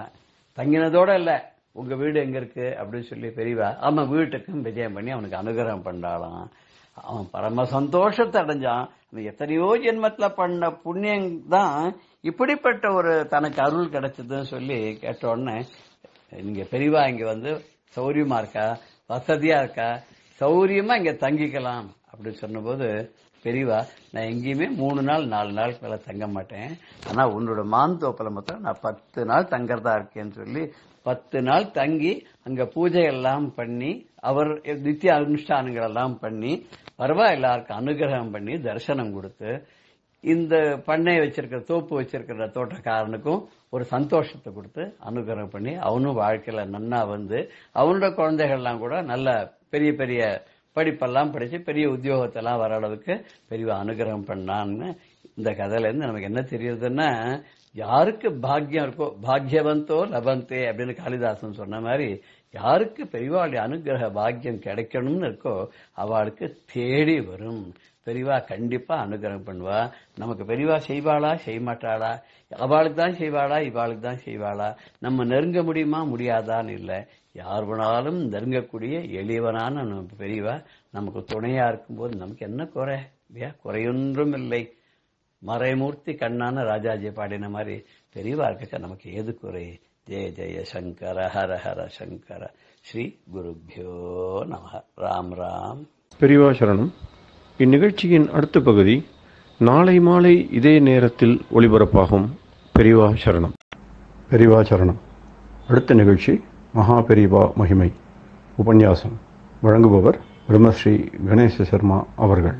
மகிமைதான் பெரியவா பண்டர்பூரில் இருக்கிறதே திரையம்பகேஸ்வரர் அப்படிங்கிற ஒரு கோவில். அந்த கோவிலில் இருந்தா முதல்ல பல இடங்கள்ல இருந்தா, அதில் திரையம்பேஸ்வரர் கோவிலையும் அப்படியும் இருந்தா இருக்கிறதே. ஒரு நாளைக்கு இந்த ஏகாம்பரம் அப்படின்னு கைங்கரியம் என்றவர், பிரதோஷம் மாமா, ராமநாதன் செட்டியார் இவெல்லாம் தரிசனத்துக்கு போனா. அதாவது ஏகாம்பரம் இங்கே அவரோட சொந்த காரியமாக வந்திருந்தார். வந்துட்டு திரும்பி ஊருக்கு போகிறார். ஊருக்கு போகிற வழியில் போகிறதே ஸ்டேஷனில் பார்த்தா இந்த ராமநாதன் செட்டியார் பிரதோஷமாக வெள்ளம் தரிசனத்துக்கு வந்துன்னு இருக்கா. எல்லாருமே சேர்ந்துன்னு போனோமா பெரிய ஒரு பலாப்பழம் அனாசி பழம் இதெல்லாம் எடுத்துன்னு போனா. அவள் சோலாப்பூரில் இறங்கி சோலாப்பூர்லேருந்து பஸ் பிடிச்சி தான் பண்டரிபுரம் போகணும். போகிறதே ரொம்ப சீக்கிரம் போயிட்டா. 3 மணி 2:30 மணி 3 மணி இருக்கும். உடனே அங்கே ஒரு இடத்துல தங்கிட்டு ஒரு வீட்டு திண்ணையிலே தங்கிட்டு 3:30 மணி 4 மணி வாக்கில் பெரியவா இருக்கிற இடத்துக்கு போனால் பெரியவா அப்போ தான் ஏந்துன்னு பல் தேய்ச்சின்னு இருக்கா. ஏகாம்பரத்திட்ட கேட்டா எப்போ வந்த அப்படின்னா, இப்போ தான் வந்தேன்னு. யாரெல்லாம் வந்தானே இது மாதிரி பிரதோஷம் வெங்கட்ராமையர் வந்திருக்கார், ராமநாதன் செட்டியாரில் வந்திருக்கு அப்படின்னு. எப்படி 3 பேரும் சேர்ந்து வந்து எல்லாம் கேட்டா, இல்லை நாங்கள் ஸ்டேஷனில் தான் பார்த்தோம், மீட் பண்ணோம், ஒன்றா சேர்ந்து வந்தோம் அப்படின்னு. அப்போது பெரிய பலாப்பழம் கொடுத்துருக்காள். இந்த பலாப்பழம் வச்சிருந்து அனாசி பழம் வச்சிருந்தது. இதெல்லாம் பார்த்தோன்னே இந்த பலாப்பழத்தை பெரியவா கையில் தூக்கிட்டு வச்சுன்னு சொல்கிறா. அவையார் சொல்லியிருக்கா. அதே மாதிரி அருணகிரிநாதர் திருப்புகழில் சொல்கிறார். இப்படி பல பேரும் சொல்கிறா. அதில் என்ன அப்படின்னா திருப்புகழில் என்ன சொல்கிறார், கைத்தலம் நிறைகனி அப்பமுடவல் பொறி அப்படின்னு சொல்கிறார். கைத்தலம் நிறை, கைத்தலம் அப்படின்னா இந்த மேல் உள்ளங்கைக்கு பேர் கைத்தலம்னு பேர். இந்த கைத்தலம் நிறைய கனி, இந்த கையில் தூக்கி வச்சுனோன்னா கை முழுக்கலும் மூடி இருக்கு, நிறைஞ்சிருக்கு பழம். அது என்ன பழம் அப்படின்னா இந்த பலாப்பழம் தானா. இந்த பலாப்பழம் ஒன்று தான் கையில் தூக்கினோன்னா 2 கையாலையும் தூக்கினாலும் 2 கைக்கு மீறி இருக்கும். அதனால் இதுதான் கைத்தலம் நிறைகனின்னு பேர் போல இருக்கு. இது சுவாமிக்கு ரொம்ப பிரீத்தி அப்படின்னு நமக்கு தெரிஞ்சுக்கிறோம். யானைக்கே பொதுவாக பலாப்பழம்லாம் ரொம்ப பிரீத்தியாக கொடுப்பாளே, இதுதான் சொல்றார் போல இருக்கு அப்படின்னு இதுக்கு வியாக்கியானம் பண்ணலாம். உடனே அனாசி பழத்தை எடுத்துட்டு இந்த பழத்தை பற்றியோ பூர்ணகுமம் வச்சாப்புல இருக்கு அப்படின்னா, பூர்ணகுமம் அப்படின்னு நாம் வைக்கிற மூலியம் ஒரு சொம்பில் இல்லை மாவிலையை வச்சு தேங்காயை வச்சு இப்படிலாம் பார்க்கணும். அது மாதிரி இது பூர்ணகுமம் மாதிரி இருக்குது அப்படி இப்படிலாம் எல்லாம் சொல்லிட்டு இந்த பழத்துக்கெல்லாம் வியாக்கியானம் பண்ணி ஏதோ சொல்லிட்டு பெரியவா சொல்கிறா. நேத்திக்கு இங்கே சில வித்வான்கள்லாம் வந்தா. அவள் மாத்வா, அந்த மாத்வமத்தில் உத்தராதி மடம்னு இருக்குது, அங்கேயும் பாலாச்சார்னு ஒரு பெரிய வித்வான் இருக்கார், அவர் பெரிய தர்க்க பண்டிதர், அவர் வந்திருந்தார். அவரோட இன்னும் சில வித்வான்கள்லாம் வித்வான்கள்லாம் வந்தோடனே பல விஷயங்கள் நல்ல விஷயங்கள்லாம் பற்றி பேசியிருந்தோம். அப்போ நானும் சில விஷயங்கள்லாம் அவளுக்கெல்லாம் சொன்னேன், பரமாறின்ட்டு. அது சொல்கிறதே மகாபாரதத்தை பற்றி பேச்சு வந்தது. இந்த மகாபாரதத்தில் ஒரு ஸ்லோகம் அவளுக்கு சொல்லி காமிக்கணுங்கிறதுக்காக பார்த்தேன். ஆனால் எனக்கு சட்னி ஞாபகம் வரல. அந்த ஸ்லோகம் எனக்கு ஞாபகம் வரல. அப்புறம் அவள்கிட்டையும் கேட்டு பார்த்தா அவளுக்கும் ஒருத்தருக்கும் ஞாபகம் வரல. இப்படி ராத்திரியெல்லாம் குறைஞ்சுட்டே இருந்தது. எப்படி ஒரு ஸ்லோகம் ஞாபகம் வரலையே அப்படின்னு. இது ஒரு பெரிய ஆச்சரியம் தான். பெரியவாளுக்கு ஒரு விஷயம் ஞாபகம் வரல அப்படின்னா, மறந்து போச்சு அப்படின்னா, அதை விட உலக மகா அதிசயம் வேற ஒன்றும் கிடையாது. அதுக்கு மறதிங்கிறதே கிடையாது. ஆனால் அப்பேற்பட்ட பெரியவாளும் இப்படி ஒரு லீலை. எனக்கு மறந்து போயிடுத்து, இப்போ தான் ஞாபகம் வந்துடுத்தோ, அதனால உன்னை பார்த்தோன்னே ஞாபகம் வந்தது, அதனால் உடனே அந்த ஸ்லோகத்தை அவர்கிட்ட போய் சொல்லிட்டு வந்தால் தேவையில்லை, நீ சொல்கிறியா அப்படின்னு. ஏகாம்பரம் சொன்னேன், சரி சொல்கிறேன் அப்படின்னு. பெரியவா அந்த ஸ்லோகத்தை நான் உனக்கு சொல்லித்தரேன், நீ நன்னா மனசில் வாங்கிக்கோ, இதை நெட்ரு பண்ணிட்டு அப்புறம் அவர்கிட்ட போய் சொல்லு அப்படின்னா. சரி சொல்லுங்க அப்படின்னா பெரியவா அந்த ஸ்லோகத்தை சொல்கிறா. அந்த ஸ்லோகம் என்ன அப்படின்னா, நதி ஜலம் கேசவ நாரி கேதுஹு நகாஹ்வயோ நாம நாகாரி சூனூஹு அப்படின்னு ஒரு ஸ்லோகம். இந்த ஸ்லோகத்தை சொன்னா இது சிம்பிளாக தானே இருக்கு. நதி ஜலம் கேசவ நாரி கேதுஹு நகாஹ்வயோ நாம நாகாரி சூனுஹு அப்படின்னு ஒரு ஸ்லோகம். இதை திருப்பி 4 தரம் சொல்லி கொடுத்துட்டு பெரியவாரை சொல்ல சொல்லி ஏகாமிரத்தை திருப்பி சொல்ல சொல்லி, இப்போ உடனே நீ போய் அவரை பார்த்து சொல்லிட்டு வாங்க. மணியானா 4 மணி இருக்கும், 3:30 மணி 4 மணி இருக்கும். இந்த சமயத்தில் உடனே போய் சொல்லுங்கிறா. இவருக்கோ உத்தராதி மடம் பாலாச்சார் அப்படின்னு பெரியவா சொல்கிறா. அவர் பண்டரிபுரத்தில் எங்கே இருக்கார் ஏது இருக்கார் தெரியாது. பெரியவா நீ விசாரிச்சுன்னு போய் இப்போயே சொல்லிட்டு வான்னு. இவர் சொன்னேன், இல்லை பொழுது முடிஞ்சவனு போய் சொல்கிறேன். நீ இல்லை இப்போயே போய் சொல்லிட்டு வா அப்படின்னு. சங்கர் பவார் அப்படின்னு பெரியவாள்கிட்ட இருக்கிற கைங்கரியம் பண்ணுவார். இவா 2 பேருமா உடனே கிளம்பி போனால் பெரியவா இடம் சொல்லியிருந்தா இந்த இடத்துல தான் இருக்கணும், நீ போய் விசாரி, யாரேன்னு விசாரி, உத்தராதி மடம்னு கேட்டாலே சொல்லுவா, அங்கே போய் விசாரிச்சுட்டு பண்ணிடுவான்னு. விசாரிக்கலாம் அப்படின்னா மணி 4 மணி 4:30 மணிக்கெல்லாம் எல்லாரும் வீட்டிலாம் பூட்டி கிடக்கு. அதில் யாரோ 1-2 பேர் ஏதோ கதை திறந்து வாசல் தெளிச்சுட்டு இருக்கா. இவ போய் கிட்டக்க போய் விசாரிக்கலன்னா அவள் உடனே பயந்துன்னு திருடன் கத்தின்னு ஓட ஆரம்பிக்கிறா. இப்படிலாம் ஒரு வழியாக சிரமப்பட்டு டீட்டோ கேட்டு உத்தராதி மடம் இந்த இடத்துல இருக்குது அப்படின்னு கண்டுபிடிச்சின்னு போனால் இவ கதவை தட்டினா ஒருத்தர் வந்து கதவை திறந்தார். யார் என்ன விசாரிச்சா, மாரி பெரியவா அனுச்சா அப்படின்னு வாங்கன்னு உள்ளே கூப்பிட்டு, அதில் பாலாச்சாரை பார்க்கணும் அப்படின்னா அவர் நான் தான் பாலாச்சார் அப்படின்னு அவர் சொல்லி இன்ட்ரடியூஸ் பண்ணிட்டார். அவரும் அப்பதான் பல்தேக்க கிளம்பின்னு இருக்கு. என்ன காரணம், எதுக்கு இவ்வளவு அவசரமா வந்தேள் என்ன அப்படின்னு. இல்ல பெரியவா உங்கள்கிட்ட சொல்லிட்டு வரச்சுன்னா, ஏதோ நேற்றுக்கு நீங்க பேசிட்டு இருக்கிறதே ஸ்லோகம் சொல்லணும்னு பார்த்தாலாம் எத்தனை விட்டா அதுக்கு பெரியவாளுக்கு ஞாபகம் வரல. இப்ப ஞாபகம் வந்துடுத்தோ, அதனால உங்கள்கிட்ட இந்த ஸ்லோகத்தை சொல்லிட்டு வரச்சுன்னு. ஓ ஆமா ஆமா சொன்னா என்ன சொல்லு அப்படின்னு. உடனே இவர் ஏகாம்பரம் ஆரம்பிச்ச நதி ஜலம் கேசவனாரிகேது அப்படின்னு ஆரம்பிக்கிறதையே உடனே அவருக்கு ஞாபகம் வந்துடுத்து. உடனே ஆமா நகாகுயோ நாம நாகாரி சூனுன்னு வருமே, அந்த ஸ்லோகம் தானா, சரி சரி அப்படின்னு சந்தோஷமா கேட்டுட்டார். கேட்டுன்னு பெரியவாளுக்கு என்னோட வந்தனத்தை தெரிவிங்கோ, ரொம்ப சந்தோஷம் அப்படின்ட்டு வேலை அனுப்பிச்சு வச்சுட்டார். திரும்பி வந்த உடனே பெரியவா கேட்டாலாம், கண்டுபிடிச்சியா அவரை சொன்னியா, அவர் என்ன சொன்னார், சந்தோஷப்பட்டார். இல்ல இல்ல அவருக்கு ரொம்ப சந்தோஷப்பட்டார். பெரியவாளுக்கு வந்தனம் தெரிவிக்க சொன்னார். அப்புறம் பாக்குறேன்னு சொல்லியிருக்கார் அப்படின்னு.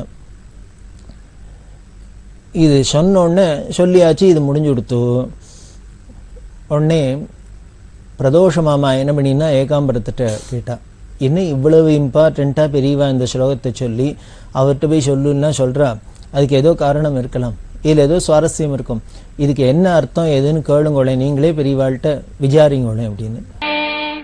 பிரதோஷ மாமா அப்படி சொன்ன உடனே ஏகாம்பரம் பெரியவாள்கிட்ட விசாரிச்சா பெரியவாண்ணே இதுக்கு ஒரு பெரிய சுவாரஸ்யமா ஒரு கதை சொல்ல ஆரம்பிச்சா. நீ மகாபாரதம் படிச்சிருக்கிய, மகாபாரதம் படிச்சல கேள்விப்பட்டிருக்கோம், எத்தனை பேர் முழுக்க படிச்சிருப்போம்னு தெரியாது. உடனே அதுல பாரத குட்டு அப்படின்னு ஒண்ணு, பாரத குட்டு அப்படின்பா. அதாவது 1000 ஸ்லோகத்துக்கு ஒரு ஸ்லோகம் இது மாதிரி வரும். இந்த பாரத குட்டுன்னா எப்படி இருக்கும் அப்படின்னா, குட்டு வெளிப்பட்டுத்துங்கிறோம் இல்லையோ, கலவு கீழா சொல்றோம் அப்படின்னா, அந்த குட்டு வெளிப்படுறதுன்னா என்ன, அதுதான் இந்த பாரத குட்டுங்கிறதுல அதுலேருந்து வந்ததுதான் இந்த குட்டு வெளிப்படுறது அப்படிங்கிறது. அதாவது பார்க்கறதுக்கு இந்த ஸ்லோகத்தை பார்த்தா, வெளியில வார்த்தைகளை பார்த்தா ரொம்ப சர்வசாதாரணமா இருக்கிறாப்புல இருக்கும். ஆனா இது உள்ளுக்குள்ள பெரிய அர்த்தம் இருக்கும், ரொம்ப ரகசியமா இருக்கும், பார்க்கறதுக்கு தெரியாது, ஆனா உள்ளுக்குள்ள பெரிய ரகசியம் இருக்கும். இதுதான் அந்த சீக்ரெட். விடுகதை இடுகதைலாம் சொல்றோமே, அது மாதிரிதான் இதுவும். அந்த பாரத குட்டுன்னு வியாசர் ஒண்ணு பண்ணினார். இது எதுக்காக பண்ணினார் அப்படின்னார், இந்த வியாசர் பாரதத்தை எழுதுறதுன்னு தீர்மானம் பண்ணார். இது எழுதுறதுக்கு ஒரு ஸ்கிரைப் வேணுமே, எழுதுறதுக்கு ஒரு ரைட்டர் வேணுமே, யாரை வச்சுன்னு எழுதலாம் அப்படின்னா, வியாசாச்சாரியெல்லாம் டிக்டேட் பண்றதே, அதை எழுதுறதுங்கிறது சாதாரண மனுஷாலாம் எழுத முடியாது. ஒண்ணுமில்ல, என்ன படிச்சுட்டவாளே டிக்டேஷன் கொடுக்க ஆரம்பிச்சா ஸ்டெனோகிராஃபரால திணறார், ஷார்ட் ஹேண்ட்ல கூட நோட்ஸ் எடுத்துக்க முடியல. அப்படி எல்லாம் பண்றான்னா, சாட்சாத் மகாவிஷ்ணு ஸ்வரூபமான வேதவியாசரே ஒன்று டிக்டேட் பண்ணான்னா அதை எழுதுறதுக்கு யாரால முடியும், சாதாரண மனுஷாலால முடியுமா? அதனால ஒத்துரும் முன்வரல. என்ன பண்றது அப்படின்னா, மகாகணபதி வந்தார், பிள்ளையாரே எழுதினார். வியாசரோட பாரதத்தை பிள்ளையார் எழுதினார்.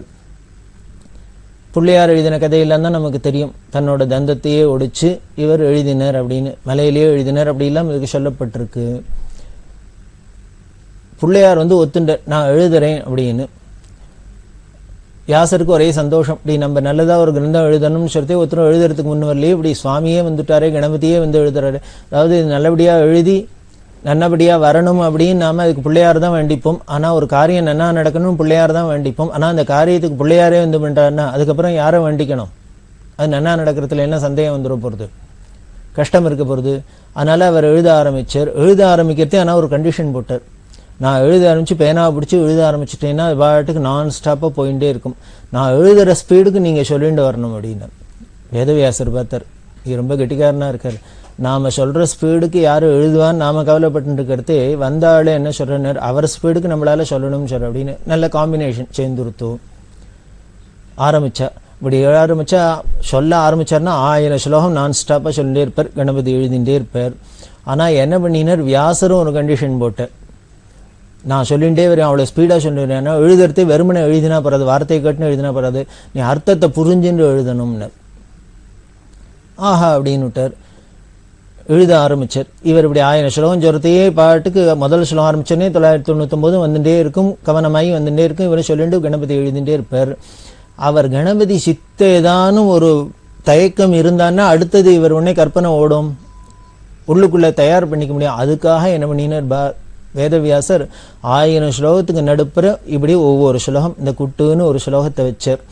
இது பார்த்தா வார்த்தைகள்லாம் வெளியில பார்த்தா வேற தென்சா இருக்கும், ஆனா உள்ளுக்குள்ள அர்த்தம் புரிஞ்சுக்கிறது ரொம்ப சிரமமா இருக்கும். அதுக்கு அவர் யோஜனை பண்ணி அதை பண்ணிக்கிறதுக்குள்ளே இவர் அடுத்த 1000 ஸ்லோகம் கவனம் பண்ணிவிடுவார். இதுக்கு பேர் தான் பாரத கூட்டுன்னு பேரு. அப்படி பண்ணினதுல ஒரு ஸ்லோகம் தான் இந்த நதி ஜலம் கேசவ நாரிகேது நகாக்வயோ நாம நாகாரி சூனுகு அப்படிங்கிற இந்த ஸ்லோகம். இந்த கதையை சொல்லி அந்த பாரதத்தை பற்றி பேச்சு வந்தது, வியாசாச்சாரியெல்லாம் பற்றி பேச்சு வந்தது. அதில் இந்த ஸ்லோகத்தை சொல்லணும்னு அவளுக்கு சொல்லி காமிக்கணும், இதோட ரொம்ப ரசமாக இருக்கும், அதை சொல்லணும்னு நினச்சிருந்தேன். நேற்று ஞாபகம் இல்லை, அதனால தான் இப்போ ஞாபகம் வந்து சொல்ல சொன்னேன் அப்படின்னு. உடனே இப்போ அர்த்தமும் வேணும் அப்படின்னா இந்த கதையை சொல்லிட்டா பெரியவா. அர்த்தம் வேணும்னு உடனே பிரதோஷமாக சொன்னேன், அர்த்தமும் கேளுங்க அப்படின்னு. அதுக்கு பெரியவா அர்த்தம் சொன்னா, இது வெளியில் பார்த்தேன்னா நதி ஜலம், நதியில் நீர் இருக்கு ஓடுறது. கேசவனம் அப்படின்னா தலையில முடி காடா இருக்கு, கேசம்னா முடி தானே, அது தலையில காடா வளர்ந்துருக்கு அப்படின்னு. அந்த கேசவனம் அரி அப்படின்னா அது அரின்னா சத்ரு. இந்த கேசவனம் அப்படின்னு தலையில காடா வளர்ந்துக்கிறதுக்கு எதிரியான கேதுன்னா கத்தி. இந்த கத்தியை எடுத்துன்னு நகாஹ்வயோ நாம அப்படின்னு முடி அலங்காரம், அதாவது நகாஹ்வன் அப்படிங்கிற பெயரை உடைய நாகாரிசுனு நாகரோட பிள்ளையான பார்பர் வந்திருக்கார் அப்படின்னு இந்த ஸ்லோகத்துக்கு அர்த்தம். ஒரு சம்ஸ்கிருதம் தெரியாத ஒருத்தர் ஒரு பெரிய மடம், இந்த மடாதிபதியா ஆயிட்டார். மடாதிபதியா ஆயிட்டார் அப்படின்னா அவருக்கு ஒரு அந்த காம்ப்ளெக்ஸ் இருக்கும்போது இல்லையா, நமக்கு தெரியல இந்த மாதிரி சம்ஸ்கிருத பாஷா ஞானம் இல்லை அப்படின்லாம். அந்த மடத்துக்கும் நிறைய வித்வான்கள்லாம் பல பேர்லாம் வருவாளே, வந்தால் அந்த வித்யுத் சதஸ்லாம் நடந்துன்னா இல்லை எல்லாருக்கும் சம்பாதனை பண்ணுறது மாதிரிலாம் நடந்துகிட்டே இருக்கும். இவருக்கும் ஒன்றும் புரியாது, ஏன்னா அதுக்கு பாஷை தெரியாது, இதை வெளியில் காமிச்சிக்கவும் முடியல. அப்படியே அவர் தழுக்கா ஏதோ பண்ணிட்டு வந்துருந்தார். ஆனால் எல்லாருக்கும் தெரிஞ்சு கொடுத்து இவருக்கு சம்ஸ்கிருதம் தெரியாது, சம்ஸ்கிருத ஞானம் இல்லை தெரியாது அப்படின்னு. அதனால என்ன பண்ணிட்டா வித்வான்கள்லாம் வந்து அவாவா அதுகிட்ட சம்ஸ்கிருதத்தில் எல்லாத்தையும் சொல்லி சொல்லி இவர் அதனால பள்ளி சம்பாவனை எல்லாம் பண்ணிட்டார். அப்படி பண்ணிட்டு இருக்கிறதே அதில் ஒரு வித்வான் அவர் பார்த்தார், இதுவோ பாவம் 2 கிட்டானா இருக்கு, ஒன்றும் விஷயம் தெரியாத இருக்கு, இவர்கிட்ட சம்பாவனை நிறைய கறக்கணும் அப்படிங்கிறதுனால என்ன முன்னர் ஒரு தந்திரமாக வந்து நீங்கள் பெரிய பீடாதிபதி, அதனால் உங்களை பற்றி மகாபாரதத்திலே வேதவியாசாலே ஸ்லோகம் பண்ணியிருக்கா அப்படின்னு. உடனே அந்த ஆளுக்கு ஆச்சரியமாக இருந்தது, என்ன நம்மளை பற்றி வேதவியாசரே மகாபாரதத்தில் ஸ்லோகம் பண்ணியிருக்காரா, எப்போ பண்ணார், எதுக்கு பண்ணார் அப்படின்னு. உடனே அவர் சொன்னார், இவர் இந்த சன்னியாசிகள்லாம் அப்பப்போ 2 மாதத்துக்கு ஒரு தூரம் வபனத்துக்கு போவாளோ இல்லையோ, வபனத்துக்காக நதிக்கரைக்கு போனாராம். நதிக்கரைக்கு போய் உட்காந்துருக்கிறத நதி ஜலம், நதியில் ஜலம் ஓடுறது. உடனே தலையில் இவருக்கு என்ன 2 மாதத்துக்கு ஒரு தரம் தானே வபனம் பண்ணிப்பா, அதனால காடா மண்டி கிடக்கு வளர்ந்துருக்கு. அதனால கேசவனம், தலையில் முடி காடா வண்டி கிடக்கு, அதை இப்போ கத்திரிக்கணும், மழிக்கணும். அப்படி மழிக்கணும்னா அந்த கேசவனத்துக்கு சத்ரு எது, அதை அழிக்கக்கூடியது எதுவோ அதுதானே சத்ரு. அது என்ன, கேசவனம் அரி, அரின்னா சத்ரு, கேது கத்தி, கத்தி தானே தலைமுடி எத்தனை வளர்ந்திருந்தாலும் அழிச்சு தள்ளுறது. அதனால இந்த கேசவனத்துக்கு சத்ரு, முடிக்காட்டுக்கு சத்ரு இந்த கத்தி. அதை எடுத்துன்னு வந்திருக்கவன் யாருன்னு, நகாஹ்வன் அப்படின்னு பேரு, அவன் நாகாரியோட புத்திரன் அப்படின்லாம் சொல்லியிருக்கு. பற்றியெல்லாம் நீங்கள் வபனம் பண்ணிக்கிறதுக்கு நதிக்கரைக்கு வந்து கொண்டு இந்த ஸ்லோகத்தில் இருக்குது அப்படியெல்லாம் சொன்னால் அந்த சுவாமிகளுக்கு நிஜமாகவே ஆச்சரியமாக வந்துருத்தோம். ஓஹோ, இப்படிலாம் நம்மளை பண்ணுற காரியத்தெல்லாம் அது கொண்டு சொல்கிறாப்புல புகழறாப்புலலாம் இருக்கு அப்படின்ட்டு அவருக்கு நன்னா 1க்கு 2 சம்பாவனையை பண்ணாராம். அவரும் நன்னா ஏமாந்த சொன்னகிரி இப்படி ஒரு சுவாமிகள் வந்தாரேன்ட்டு போட்டு ஓடி போனாராம், எல்லாத்தையும் வாங்கிட்டு போனார் அப்படின்னு. இதுக்கு வெளிப்படையான ஒரு அர்த்தம் அப்படின்னு சொல்லி பெரியவா சிரிச்சா. இதில் பெரிய தாத்பரியம் என்ன அப்படின்னா வேற ஒன்றும் இல்லை. அதாவது ஒரு பொசிஷனில் இருக்கிறவாளுக்கு அதுக்கு உண்டான யோகியதை தகுதி குவாலிஃபிகேஷன்லாம் முழுக்க இல்லைன்னா கீழே இருக்கிறவா சுற்றி இருக்கிறவள மற்றவாள்லாம் அவளை ஏமாற்றி எல்லாம் பண்ணிவிடுவா அப்படிங்கிறதுக்கு இதெல்லாம் ஒரு சாட்சியாக தெரிகிறது. ஆனால் இதோட உண்மையான அர்த்தம் என்ன அப்படின்னா அதையும் தெரிஞ்சுக்க. அது என்ன முக்கியம், நமக்கு இந்த வெளி அர்த்தம் இருக்கட்டும், கிண்டலா பண்ணுறது நமக்கு தேவையில்லை. அதோட உண்மையான அர்த்தம் என்ன அப்படின்னா, பஞ்சபாண்டவர்கள்லாம் அஜ்ஞாதவாசம் பண்ணினா 1 வருஷம் அஜ்ஞாதவாசம், அது விராட தேசத்தில் போய் இருந்தா வாவா எல்லாரும் உருவத்தெல்லாம் மாற்றிட்டு பேரை மாற்றின்னு அங்கே போய் இருந்தா இல்லையா. அப்படி இருக்கிறதே இந்த விஷயம் ஏதோ அரச பரசலாக ஒரு ஒற்றர்கள் மூலமாக துரியோதனுக்கு தெரிஞ்சு கொடுத்து. ஆனால் எப்படி கன்ஃபார்ம் பண்ணிக்கிறது, இந்த பஞ்சபாண்டவாள்லாம் இந்த விராட தேசத்தில் தான் இருக்காளா என்னன்னு எப்படி தெரிஞ்சுக்கிறது. அதனால என்ன பண்ணான், இந்த விராட தேசத்தில் இருந்த பசுக்கள் எல்லாம் ஆளை விட்டு ஓட்டின்னு வர சொல்லிட்டான். எல்லாத்தையும் பசுக்கள்லாம் அபகரிச்சுன்னு போயிட்டான். இந்த பசுக்கள்லாம் அபகரிச்சுட்டு போறா. அதாவது பசுக்கள்லாம் ரொம்ப செல்வம், இதை நாட்டிலேருந்து அந்த காலத்தில் அதெல்லாம் இருந்திருக்கு. நகையை திருடுறது அப்படிங்கிறதுலாம் இப்போ இருக்குது. இந்த பசுக்கள் எல்லாம் கவர்ந்துன்னு போகிறது அப்படிங்கிறது ஒரு சத்ருக்கள்கிட்ட அடுத்த வாழ்கிட்ட ஒரு விரோதிகள்கிட்ட இது மாதிரிலாம் பண்ணுற ஒரு அட்டாக்ல ஒன்றும் எல்லாத்தையும் ஓட்டின்னு போயிட்டான். இதை பார்த்தா அந்த சமயம் பார்த்து விராட ராஜா இல்லை. விராட ராஜா இல்லாதனால அவனால சண்டை போட முடியல. அந்த விராட ராஜாவோட புள்ள தான் யுவராஜா. இவன் உடனே படையை திரட்டின்னு போய் அந்த மாட்டெல்லாம் மீட்டுன்னு வரணும் இல்லையோ, இவன் பயந்தாங்குழி போகாத இருந்தான். அப்படி இருக்கிறதே அங்க அரண்மனையில ஸ்திரீ வேஷத்துல பெண்ணா இருந்த அர்ஜுனன் பார்த்தான். அர்ஜுனனுக்கு உடனே கொதிச்சுது. ஏன்னா பஞ்சபாண்டவாள் ஆளுக்கு ஒவ்வொரு வேஷத்துல என்ன இருக்கா. உடனே என்ன பண்ணினா இந்த பசுவெல்லாம் மீட்டுன்னு வரணும் அப்படின்ட்டு இந்த விராட ராஜாவோட புள்ளைய ரதத்துல ஏத்தி வல்லுக்கு டைம் உட்காத்தி வச்சுட்டு அர்ஜுனனே சாரத்தியம் பண்ணிட்டு துரத்தின்னு போறான். துரத்தின்னு போனோன்னு வெளியில போய் காட்டுக்கிட்ட போய் என்ன பண்ணான், தன்னோட காண்டீபத்தை எடுத்து நாணயத்தி ஒரு சத்தம் போட்டான். அந்த நாணில் சத்தம் எழுப்பினானோ இல்லையோ, இந்த அர்ஜுனனோட காண்டீப சத்தத்தை நான் எழுப்பின சத்தத்தை கேட்டு எல்லாரும் ஓடி போயிட்டாங்க. இந்த பசுமாட்டை கவர்ந்துன்னு வந்தவா எல்லாரும் மாட்டை விட்டுட்டு ஓடி போயிட்டா. இவ திருப்பி எடுத்துன்னு வந்துட்டா. இந்த நியூஸ் தெரிஞ்சுது. அஸ்தினாபுரத்தில் இருந்த பீஷ்மர் விதுரர் முதலான எல்லாருக்கும் தெரிஞ்சுது. எல்லாருக்கும் ஒரே ஆச்சரியம். யாராவது ஒரு பொம்பளை எங்கேருந்து ரதத்தையும் ஓட்டின்னு வந்து இந்த நாளில் வில்லில் நாணயத்தை இப்படிலாம் பண்ணியிருக்காளே அப்படி இப்படின்லாம் சொல்லிட்டு அவள்லாம் ஏதோ அப்படி பார்த்துட்டு வெளி வேஷத்தை பார்த்துட்டு குழம்பின்னு இருக்கா.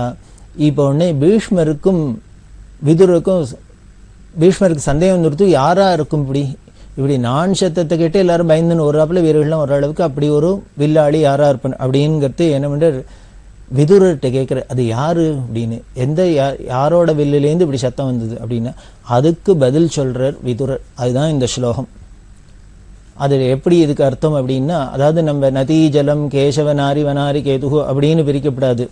அதை எப்படி பதத்தை பிரிக்கணும் அப்படின்னா, நதீஜ அப்படின்னா நதிக்கு பிறந்தவரே, அதாவது கங்கைக்கு பிள்ளையா பிறந்தவரோடு கங்காபுத்திரோடு பீஷ்மர், அதனால நதீஜ அப்படின்னா பீஷ்ம பிதாமகர் அப்படின்னு அர்த்தம்.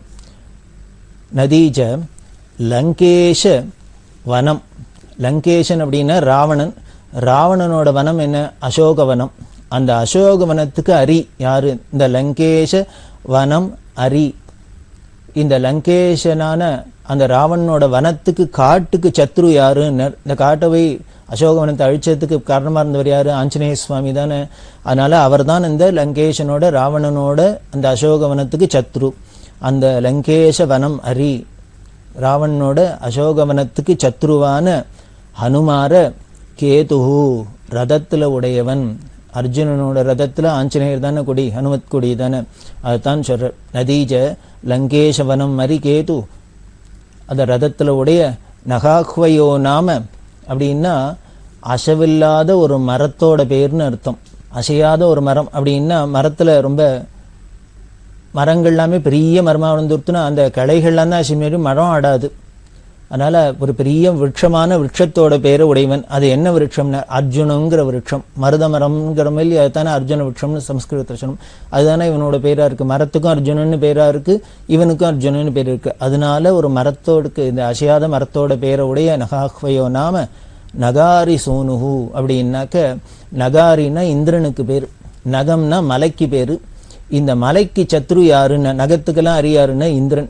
எதனால அப்படின்னா ஆதியில மலைக்கெல்லாம் ரெக்கைகள் இருந்தது. இந்த மலையெல்லாம் பறந்துட்டே இருந்துதான். இப்படி மலையெல்லாம் பறந்தா என்ன ஆகும், ரோட்ல நமக்கு 4 வண்டி 4 லாரி காரு வந்தாலே நம்மளால ஒன்றும் பண்ண முடியலன்னா, இருக்கிற மலைகள்லாம் ரெக்கையை கட்டினு குறுக்கையும் நடுக்கையும் பறந்து இருந்ததுன்னா யாரான தானே சேஃபா இருக்க முடியுமோ. அதனால இந்த மலையெல்லாம் பறக்கப்படாதுங்கிறதுக்காக இந்திரன் என்ன பண்ணான், தன்னோட வஜ்ராயத்தினால அதோட எல்லா மலைகளுக்கும் இருக்கிற ரெக்கையெல்லாம் வெட்டி போட்டான் அப்படின்னு நமக்கு புராணம் சொல்லியிருக்கு. அதனால மலைகளை பறக்க முடியாத அதோட ரெக்கையெல்லாம் வெட்டினதுனால இந்த மலைகளுக்கெல்லாம் சத்ருவாயிட்டான் இந்திரன். அதனால நகாரி அப்படின்னாக்க இந்த மலைகளுக்கெல்லாம் எதிரியான இந்திரன், அவனோட சோனு புதல்வன். பஞ்சபாண்டவர்கள்லாம் ஒவ்வொரு தேவதைகளோட அம்சமாக தானே பிறந்தா. தர்ம தேவதையோட பிரார்த்தனை பண்ண குந்தி தேவி பிரார்த்தனை பண்ண இவன் பிறந்தார். அதே மாதிரி இந்திரனோட பிரார்த்தனை பண்ண அர்ஜுனன் பிறந்தான். அப்படின்லாம் நமக்கு புராணம் சொல்றது இல்லையா, பாரதம் சொல்றது இல்லையா. அதனால நகாரி சோனு இந்திரனோட புள்ளை அப்படிங்கிற இதைத்தான் சொல்றான். இப்படி ஒரு வில்ல நாணயத்தி அதை சப்தம் எழுப்பினாலே எல்லாரும் பயந்துன்னு ஓடுவான்னா அது அப்பேற்பட்ட வில்லாளி இந்த உலகத்துல அர்ஜுனனை தவிர வேற ஒருத்தரும் இருக்க முடியாது. அப்படிங்கிறதுனால இவர் என்ன சொன்ன, நதீஜ லங்கேஷ வனம் அரிகேது நகாக்வயோ நாம நாகாரிசூனுஹு அப்படின்னு பதில் சொன்னாராம் விதுர மகாத்மா. இதை கேட்டோன்னே புரிஞ்சு கொடுத்து பீஷ்மருக்கு, ஓ யாரு அப்படின்னு. அதனால சந்தோஷப்பட்டார்.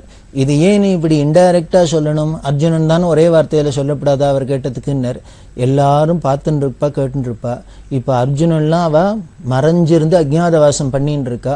இப்படி எல்லாருக்கும் சபையில அர்ஜுனன் இங்க இருக்கா அங்க இருக்கான்னு தெரிஞ்சு கொடுத்தோம்னா உடனே விராட தேசத்திற்கான உடனே துரியோதனா அங்க துரத்தின்னு போயிடுவோம். அதனால இவாளுக்கெல்லாம் தெரியப்படாது, ஆனா பீஷ்மருக்கு தெரியணும். அதனால என்ன பண்ண, சங்கேதமா இப்படி வெளியில பார்வைக்கு ஒரு அர்த்தம் இருக்கிறாப்புல பண்ணி உள்ளுக்குள்ள ஒரு கூட அர்த்தமா வச்சு இந்த ஸ்லோகத்தை பண்ணினார் அப்படின்னு இதுக்கு பெரியவா வியாக்கியானம் பண்ணினா. அதத்தான் நதி ஜலம் கேசவனாரி கேது நகாக்வயோ நாம நாகாரி சூனு அப்படிங்கிற இந்த பாரத குட்டு ஸ்லோகம் சொல்றது அப்படின்னு. இது பெரியவா சொல்றது ரொம்ப ஆச்சரியமா இருந்தது. இந்த வித்வான்கள்லாம் ரொம்ப ரசிச்சா. பெரியவாளோட ரசனையை பார்த்துட்டு எப்படிலாம் பெரியவா எப்படிலாம் ஞாபகம் வச்சுருக்கா. அதாவது ஒரு புராண இதிகாச பிரவச்சனம் பண்றவா அதுலயே இருக்கிறவா இது மாதிரி விஷயங்கள்லாம் ஞாபகம் வச்சுன்னா பரவாயில்ல.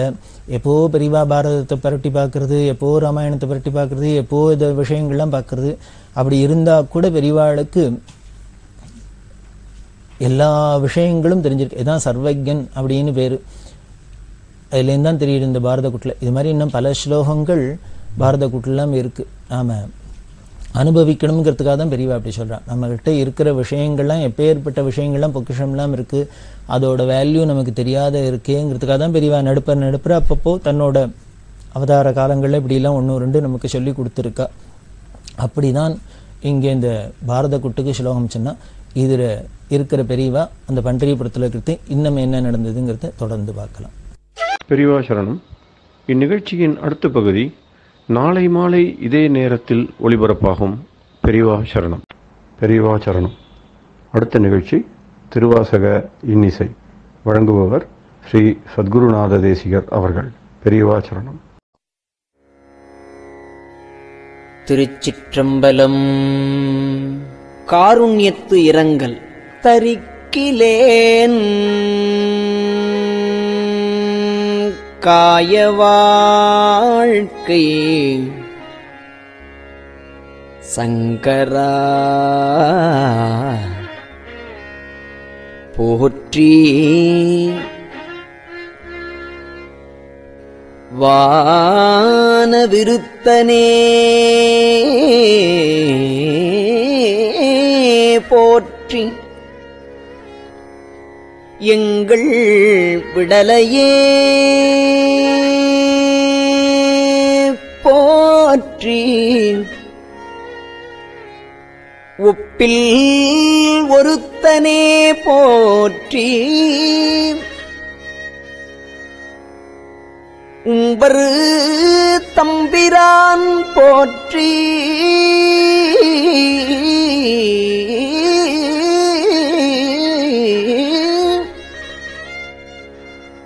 தில்லை நிறுத்தனே போற்றி எங்கள் நின்மலா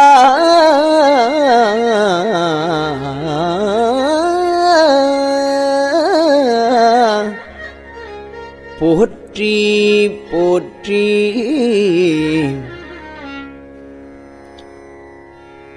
போற்றி. ஓம் நமச்சிவாய. புயங்கனே மயங்குகின்றேன்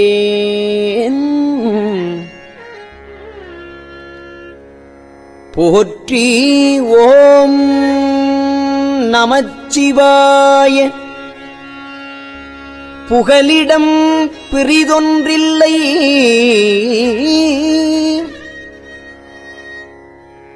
போற்றி. ஓம் நமச்சிவாய. புறம் எனைப் போக்கல் கண்டாய்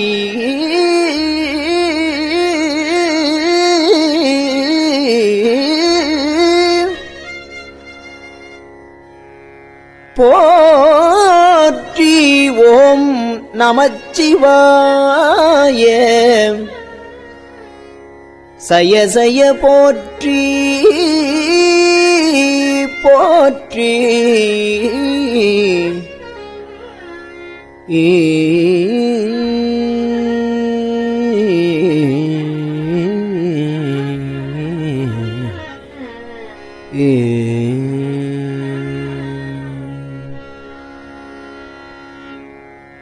போற்றியன் போலும் பொய்யர் தம்மை ஆட்கொள்ளும் வள்ளல். போற்றியன் போலும் பொய்யர் தம்மை ஆட்கொள்ளும் வள்ளல். போற்றி நின் பாதம் போற்றி நாதனே போற்றி போற்றி. போற்றி நின் கருணை வெள்ள புதுமது புவனம் நீர்த்தி. காற்று இயமானன் வானம் இருசுடர் கடவுளானே.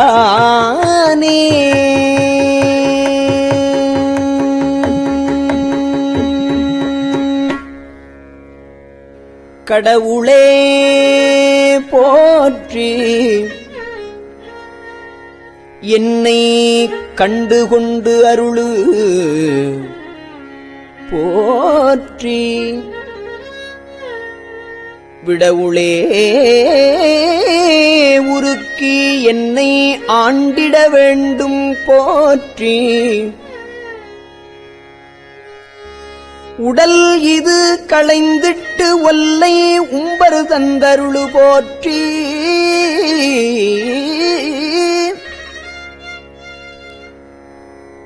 சடையுளே கங்கை வைத்த சங்கரா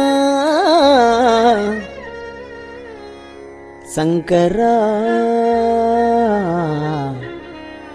போற்றி போற்றி.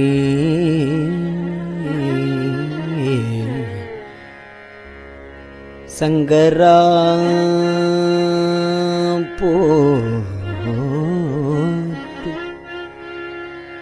மற்றொரு சரணிலேன் போற்றி. கோலப் பொங்கரா அல்குல் செவ்வாய் வெண்ணகைக் கரியவாட்கண்.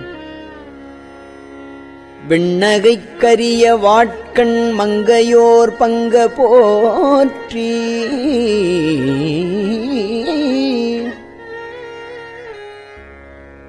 மால் விடை ஊர்தி போற்றி. இங்கு இவ்வாழ்வு ஆற்றகில்லேன் எம்பிரான்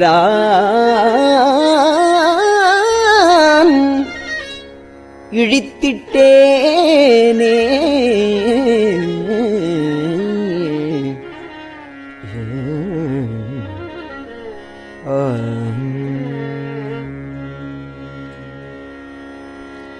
இழித்தனன் என்னை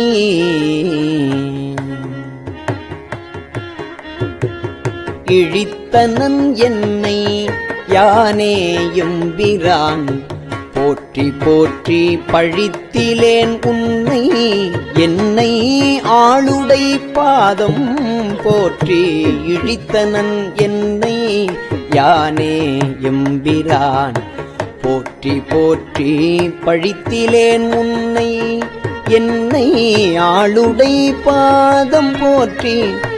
பிழைத்தவை பொறுக்கையெல்லாம் பெரியவர் கடமை.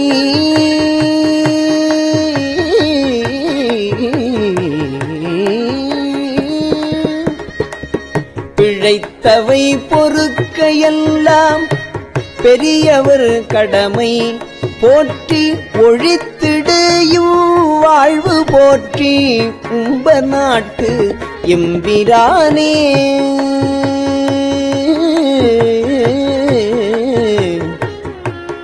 ஏ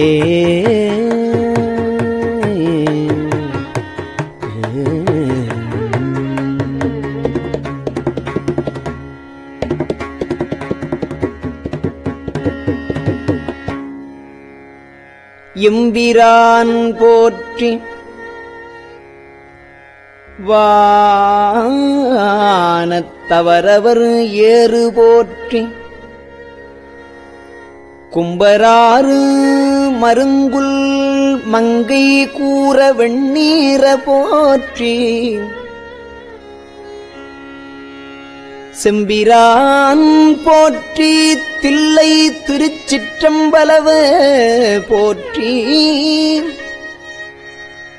உம்பரா போற்றி என்னை ஆளுடை ஒருவ போற்றி ஒருவனே போற்றி ஒப்பில் அப்பனே போற்றி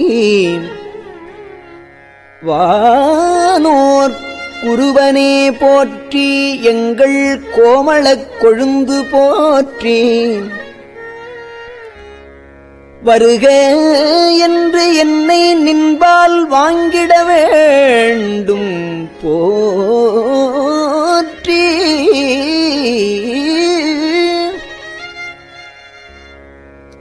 தருக நின் பாதம் தருக நின் பாதம் போற்றி தமியனேன் தனிமை தீர்த்தே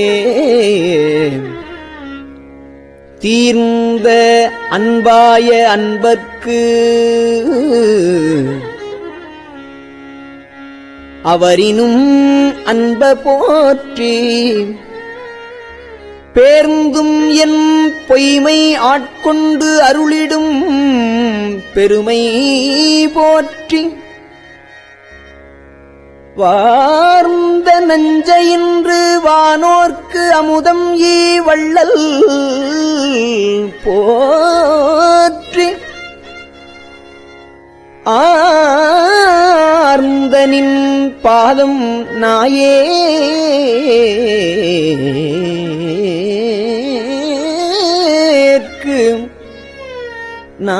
நாயேற்கு அருளிட வேண்டும்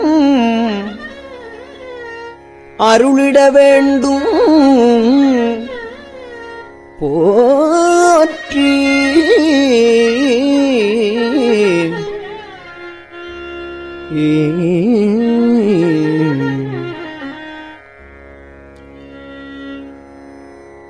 போற்றி இப்புவனம் நீர் தீ காலொடு வானமானாய் போற்றி இப்புவனம் நீர் தீக்காலொடு வானமானாய் போற்றிய உயிர்க்கும் தோற்றம் ஆகினி தோற்றம் இல்லாய் போற்றி எல்லா உயிர்க்கும் ஈராயிரின்மையானாய்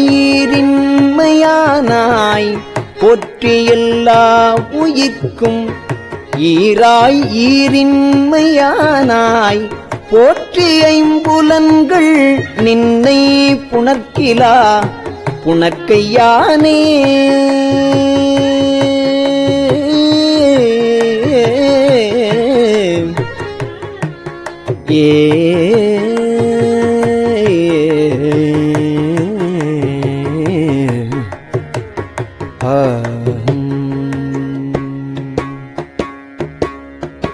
திருச்சிற்றம்பலம்.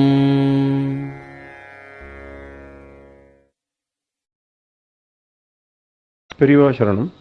இந்நிகழ்ச்சியின் அடுத்த பகுதி நாளை மாலை இதே நேரத்தில் ஒளிபரப்பாகும். பெரியவா சரணம். பெரியவா சரணம். பெரியவா வானொலியின் இன்றைய நிகழ்ச்சிகளின் நிறைவாக திருப்பொன்னூசல் வழங்குபவர் சத்குருநாத தேசிகர் அவர்கள். பெரியவா சரணம். திருச்சிற்றம்பலம். திருப்பொன்னூசல். ஆணோ அலியோ அறிவையோ என்று இருவர் காணா கடவுள் கருணையினால் தேவர்குழாம் நாணாமே உய்ய ஆட்கொண்டு அருளி நஞ்சுதனை ஊனாக உண்டருளும் தரகோசமங்கை கோணாறு பிறைச்சன்னி கூத்தல் குணம் பரவி பூணாறு வனமுலையீர் பொன்னூசலாடாமோ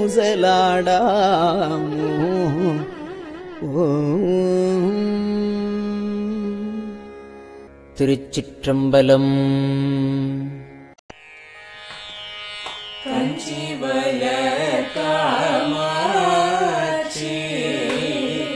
தன் குழந்தாய் சங்கரரே கஞ்சி வளர் காமாட்சி தன் குழந்தாய் சங்கரரே குரு சந்திரசேகரரே உறங்கிடுவீர்களே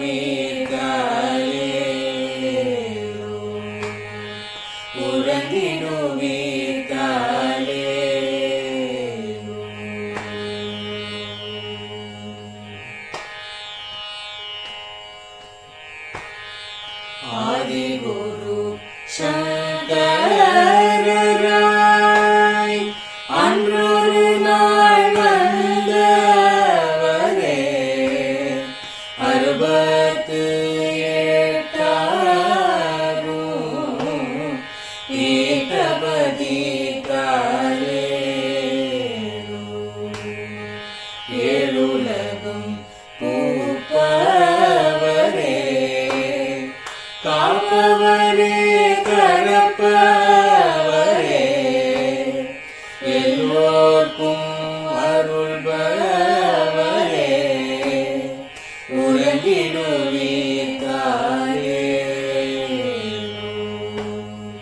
அயனுடனே மாலவனோ தேடிய பொற்பதத்தவரே அருமறைகள் சாற்றும் முயல் மலர்பதமே காலே முக்தி நிலை எய்திடவே சக்தி தரும் சத்குருவே முக்தி நிலை எய்திடவே சக்தி தரும் சத்குருவே நித்தம் எங்கள் நாவீசையில் நித்திரை கொள்தாயே நித்தமெங்கள் நாவீசையில் நித்திரை கொள்தாளே நித்தமெங்கள் நாவீசையில் நித்திரை கொள்தாளே.